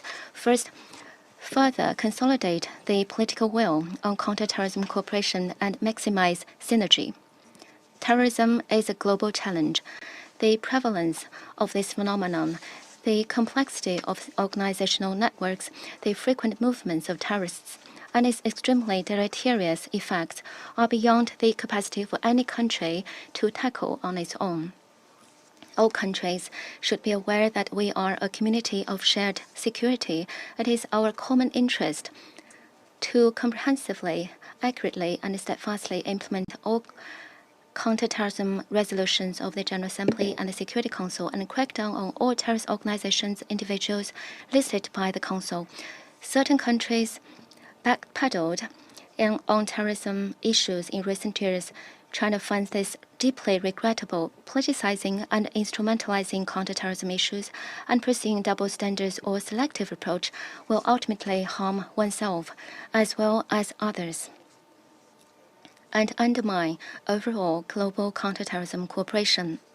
In the face of the common threat of terrorism, all parties should abandon geopolitical calculation and ideological bias. Earnestly step up practical counterterrorism cooperation in the judicial and other fields, support UN's central coordinating role, and expedite the negotiations of the Comprehensive Convention on International Terrorism. Second, further optimize resource allocation with a greater focus on the regions of the highest priority and the most pressing issues in counterterrorism cooperation. In recent years, the direct terrorist threats faced by developed countries have decreased, leading to a relative decline in investments in counterterrorism cooperation and thus a shortfall of counterterrorism resources globally. Africa, the Middle East, Central Asia, among other regions, are at the forefront of the global counterterrorism efforts. These regions face the most direct terrorist threats and suffer the most serious terrorist attacks. Therefore, their needs for upgraded counterterrorism capabilities are the most urgent. The UN and the international community should, in light of these needs, appropriately increase resource allocation to help developing countries strengthen their counter-terror capabilities, capacity building at the legislative, judicial, and law enforcement levels. Counter-terrorism situation varies from one region to another, which calls for contextualized and targeted measures to prevent terrorists from abusing the internet and new and emerging technologies to incite, plan, and carry out terrorist acts, or to recruit and finance. We should take seriously the threats posed by the backflow of foreign terrorist fighters and make proper repatriation and resettlement plans for those terrorist fighters stranded in foreign countries. Efforts should be made to effectively block the diverse channels of terrorist financing and take a multi-pronged approach to sever the ties between terrorism and organized crimes. Third, continue to address both the symptoms and root causes of terrorism and strive to eradicate terrorism at its source. Military means alone can hardly achieve this. We must give equal emphasis to tackling both the symptoms and root causes.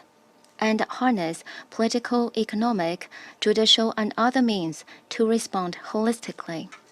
It is essential to pursue political solutions to hotspot issues, help countries concerned improve their humanitarian situation, and prevent terrorist forces from feeding on instability. Underdevelopment is one root driver of terrorist forces' inception and growth.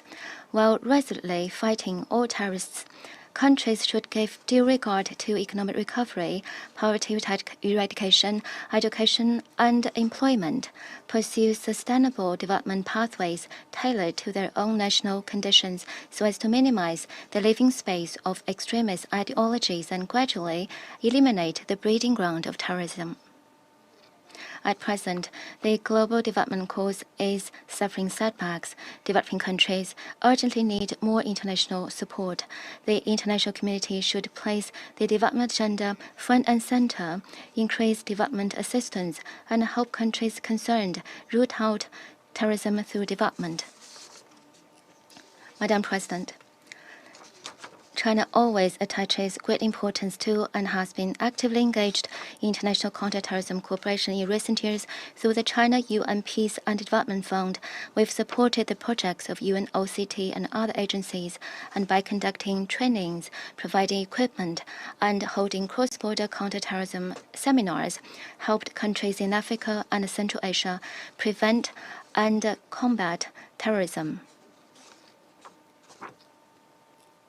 Chinese President Xi Jinping put forward the Global Security Initiative and the Global Development Initiative, advocating a common, comprehensive, cooperative, and sustainable security concept at the service of the implementation of the 2030 Agenda.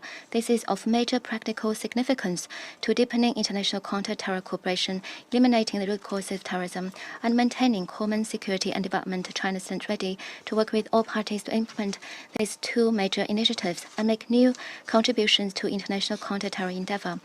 Thank you, Madam President. I thank China for their statement, and I now give the floor to the Russian Federation. Madam President, please allow me to, first of all, express our condolences to the delegation of Ireland following the death of an Irish peacekeeper in Lebanon. Madam President, we thank the Indian delegation for convening the meeting today on such a relevant topic, and we express our support to all of the victims of terrorism through Ms. Kulte. We thank Mr. Voronkov and Mr. Wei-Xiong Chen for their detailed analysis of the threats and the overview of the situation in countering terrorism as a whole. We are grateful to the United Nations Office of Counterterrorism and the Counterterrorism Executive Directorate for their efforts in countering terrorism.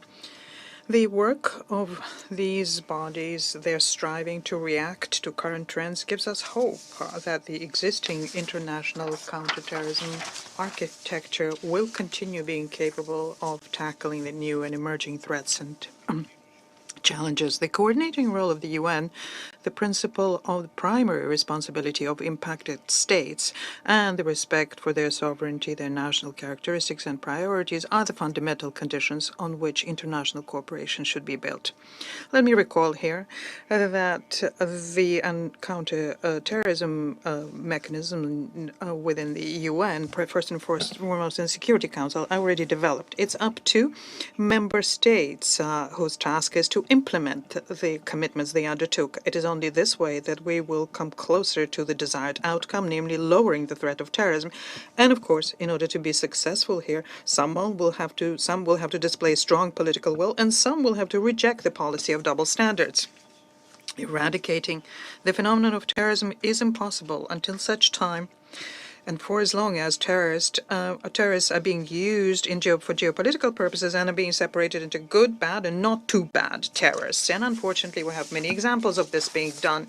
And we have seen this approach ourselves when we were conducting our counterterrorism operation in our territory in 1990s, as well as during the period of fighting ISIL in Syria. Terrorist International found sponsors for themselves. They were being trained in third countries. They were being supplied from there with money and weapons, and then they were provided shelter there, and they were granted the status of political refugees. There were even more outrageous cases where hardened terrorist organizations, an attempt was made to present them as opposition members or humanitarians. But the outcome of this was the same then and now. Criminals remain criminals, and when they're endorsed and have the freedom of maneuver, they continue moving forward with their terrorist ideology. They continue organizing and perpetrating terrorist attacks, and sometimes even turn their weapons against their forefathers, even as was the case with Al-Qaeda and ISIL. The evil always returns like a boomerang, and when it does happen, then an international coalition needs to be formed to combat it. Madam President, in November, we had the Secretary General report on the issue of terrorist attacks based on xenophobia, racism, and other forms of intolerance, or in the name of religion or belief. We would like to, in this regard, draw attention to one important detail. The report shows there is a regional nature to such attacks.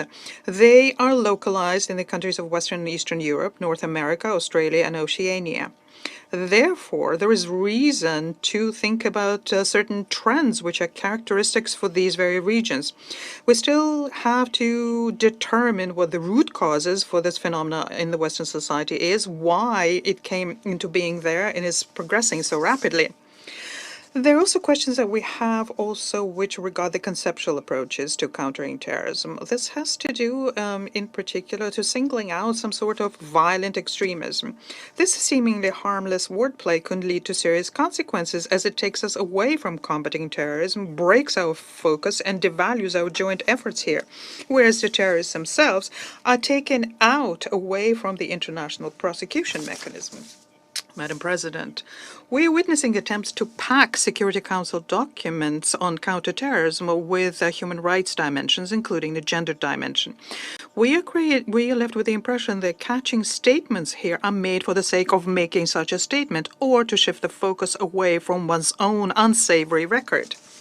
Many of those who championed human rights in counterterrorism to date have not done anything to investigate the horrific instances of torture, abuse, and extrajudicial killings of those people who were accused of terrorism or were under investigation in the prisons in Afghanistan, Iraq, or at other countries where special secret jails were located. Do we know anything about those who have been found guilty on these cases?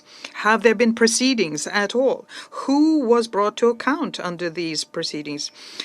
Could our colleagues tell us anything at all about the functioning of the prison in Guantanamo? That is a very striking example of human rights violations in countering terrorism.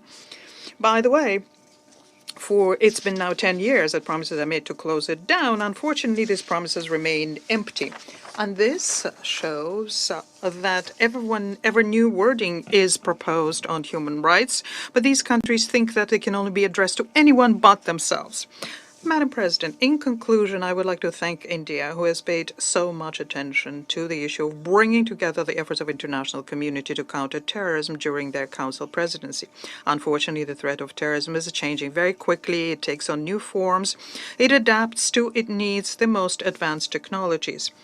We are convinced that counter it can only be done if we act together while strictly adhering to the norms and principles of international law, including the UN Charter, where the UN plays a central and coordinating role, and we pay due regard to the primary responsibility of states in countering terrorism. I thank you. I thank Russia for their statement, and I now give the floor to Mexico. Señora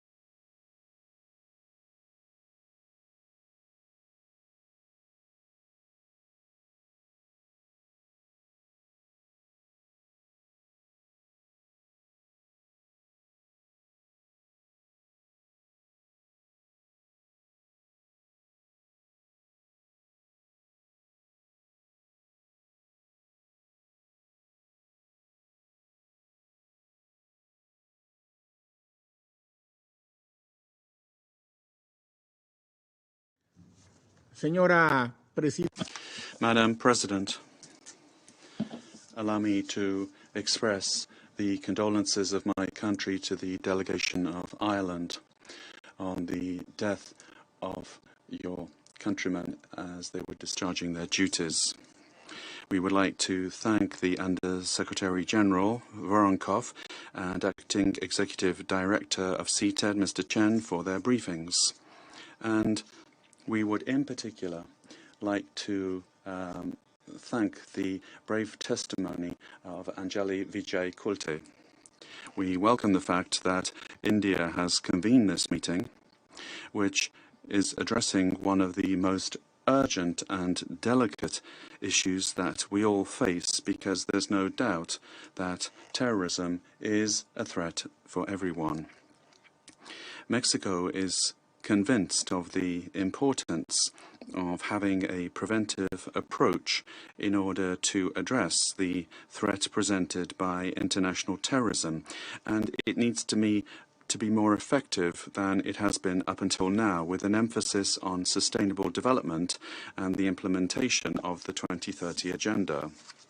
As we have reiterated on numerous occasions, the real fight against terrorism has to be done through development, the creation of opportunities, employment, education, improving living conditions, the guarantee of the full enjoyment of human rights and gender equality. On this point, Mexico believes that it's important to include the impact of the notions of masculinity in our strategy to prevent terrorism, as has been recognized in the report of the Secretary General of the 26th of July past. Counter-terrorism efforts also require full adherence to the rule of law and an unrestricted respect for international law, in particular international humanitarian law and international human rights law. We are concerned that legitimate defense continues to be invoked in order to use force against non-state actors in a third country, according to the so-called doctrine of unwilling and unable doctrine. We reiterate that these interpretations go beyond what is set out in Article 51 of the Charter.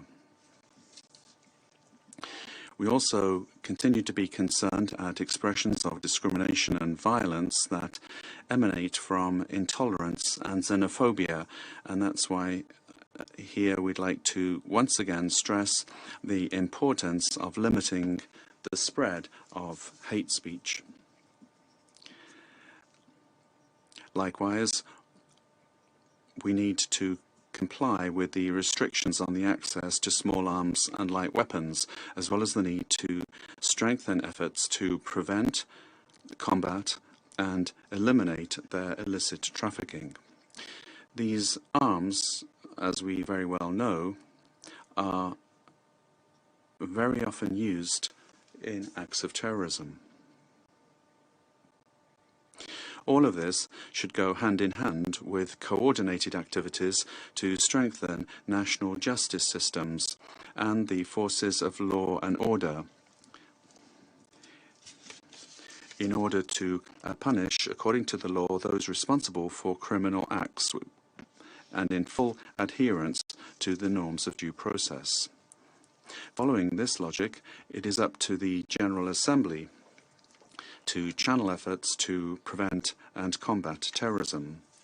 If we do not address the root causes, then mere sanctions and the use of force will only encourage cycles of violence and will have limited effect in terms of beneficial effects.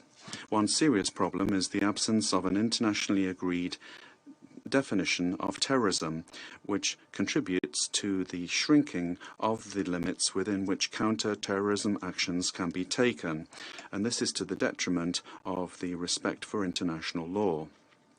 the negotiation of a general convention on international terrorism, which would provide legal certainty to this phenomenon and put an end to unilateral designations, should be a priority. It is a priority issue. Finally, we welcome the adoption last week, of course, of Resolution 2664, which for the first time establishes a humanitarian exemption for all sanctions regimes. Given the great impact that counter-terrorism operations emanating from this Council have had on humanitarian organizations, particularly in the light of sanctions established pursuant to Resolution 1267, Mexico has stated on countless occasions the importance of having these safeguards available. We trust that this resolution will contribute to guaranteeing the delivery of humanitarian assistance to those parts of the world which need it most, and that it will protect humanitarian personnel, particularly medical personnel, who will not run the risk of being criminalized for simply fulfilling their mandate. Thank you very much, President. I thank Mexico for their statement, and I now give the floor to Brazil. Thank you, Madam President. Madam President, I would like to join other speakers in conveying to the people and the government of Ireland our very deep condolences on the loss of a peacekeeper in Lebanon yesterday. As a UN peacekeeper, he is one of our own, and it is fitting that we all mourn his passing. Madam President, I am honored to participate in this briefing under your presidency. I would like to congratulate India for its successful tenure in the Security Council and for its efforts in building consensus on the presidential statement we are going to adopt today. I would also like to thank Mr. Voronkov, Mr. Chen, and Ms. Kulte for their informative briefings. Brazil welcomes the topic chosen for this debate and would like to share some of the principles that guide our approach to counter-terrorism. Madam President, the repudiation of terrorism is a principle enshrined in Brazil's constitution. We strongly condemn terrorism in all its forms and manifestations and reiterate that there is no justification for terrorist acts. The lack of an internationally agreed upon definition of terrorism weakens our ability to cope with the phenomenon. It affects the cohesion of global efforts to address terrorism and could lead to the application of double standards. It is imperative that we overcome the stalemate at the Sixth Committee and work towards the adoption of a comprehensive convention on international terrorism. The importance of upholding legality must guide any response to this phenomenon. Counter-terrorism has to be fully compliant with international law, including the UN Charter and its rules pertaining to the prohibition to use force, international human rights law, international humanitarian law, and international refugee law. This entails guaranteeing respect for the freedom of association and expression and the right to privacy, providing attention to victims, enforcing standards for due process in the designation of terrorist individuals and entities, and designing sanctions regimes that do not affect vulnerable populations, worsen food crises, or hinder neutral, impartial, and independent humanitarian assistance.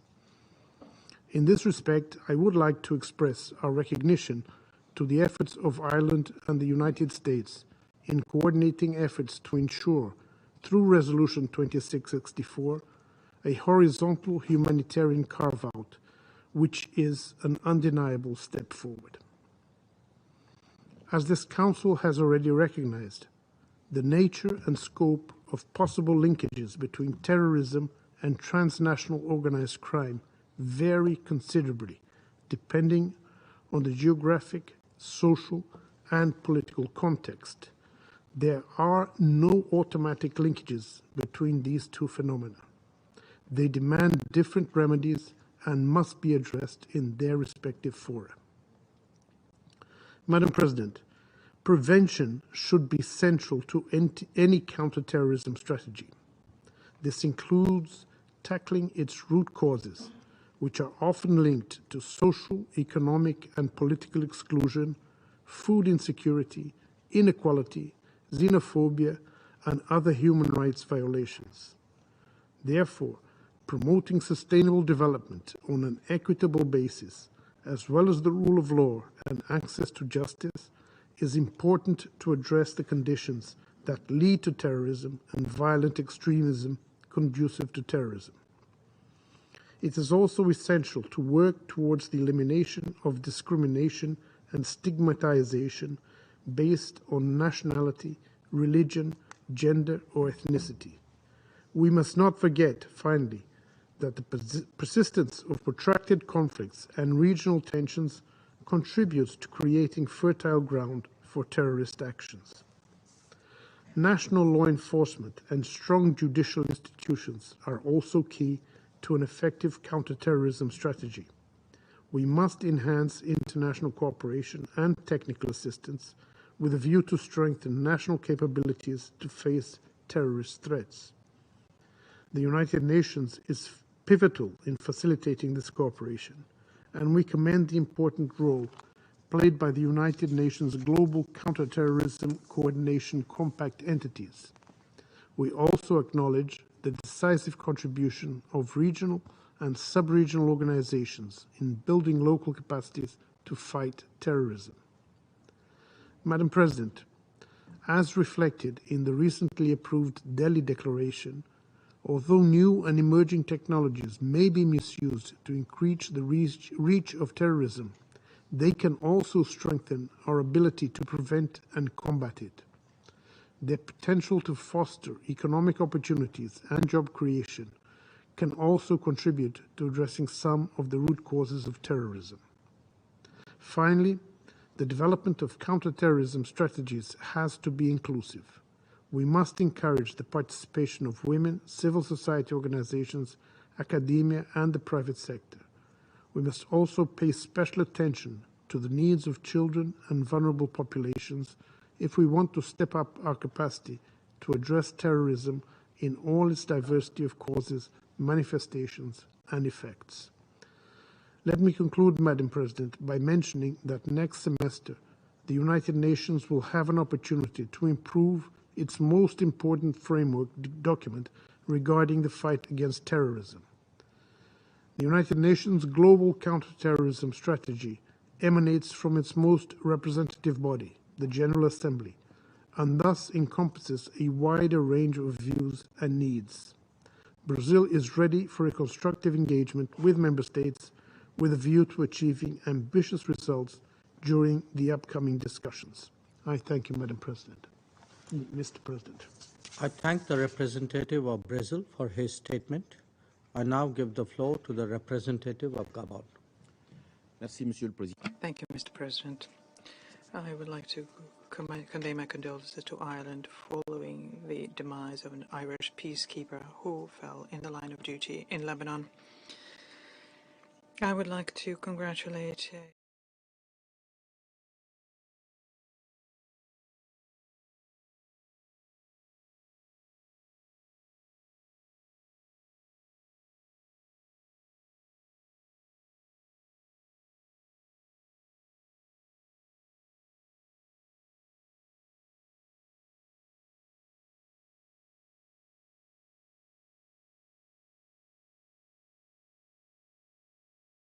for your moving testimony.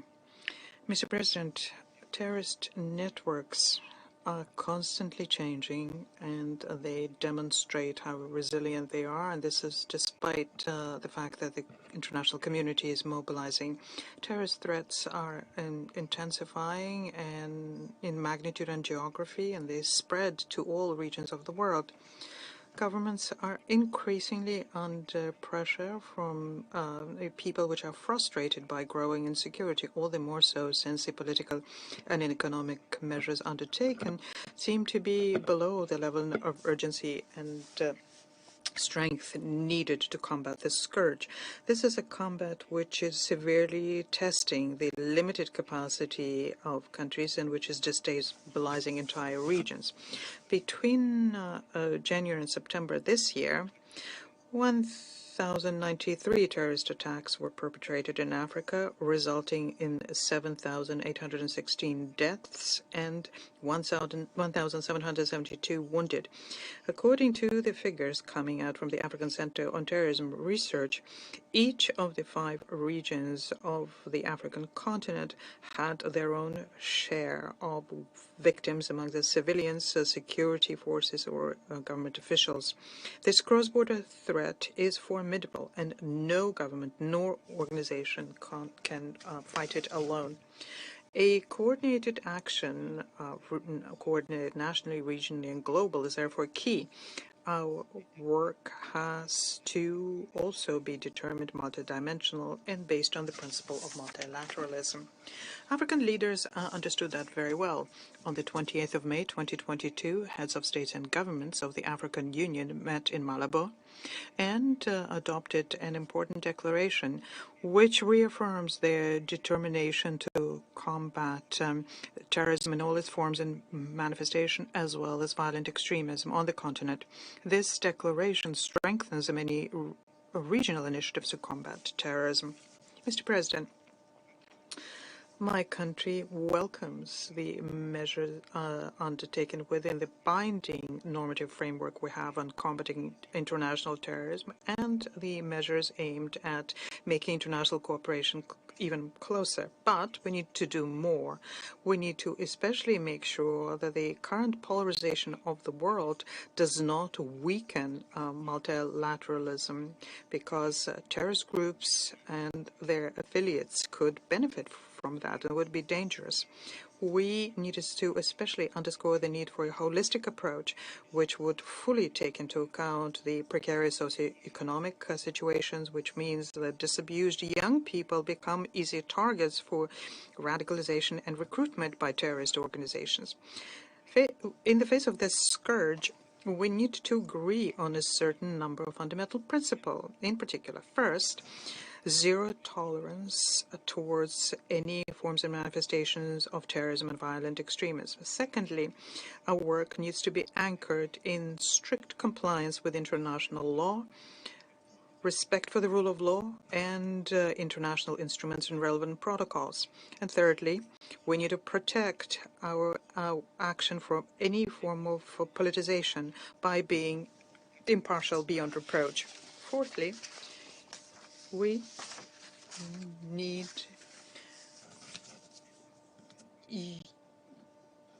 to be talking about a justification for terrorism. It is not used by poor governance, but is used to destabilize governance effort in developing countries, and it fuels the societal fragilities and cracks. We need to continue and consolidate our cooperation through sharing information, training of our security and intelligence personnel, and when there is a need, through supporting to operations against terrorist groups, in particular along common borders where very frequently government authority is limited. On our continent, the Accra Initiative aims at a consistent approach which brings together a military approach with a long-term effort to rectify governance challenges, and this is a benchmark approach. Mr. President, we need to adopt our response and to do it consistently, because the fragmentation of our responses fuels the interest of terrorist groups. They exploit systemic cracks in order to sow violence.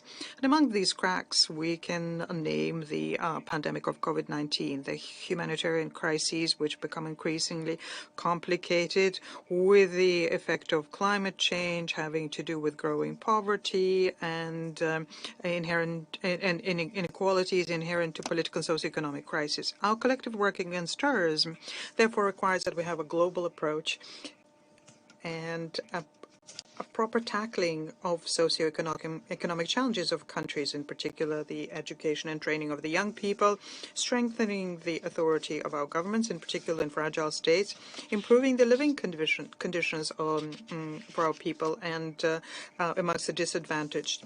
We also need to close the sources of funding for terrorist networks through consolidated partnerships in such areas as information exchange and monetary transactions online, illicit exploitation of natural resources by combating against the traffic of small arms and light weapons,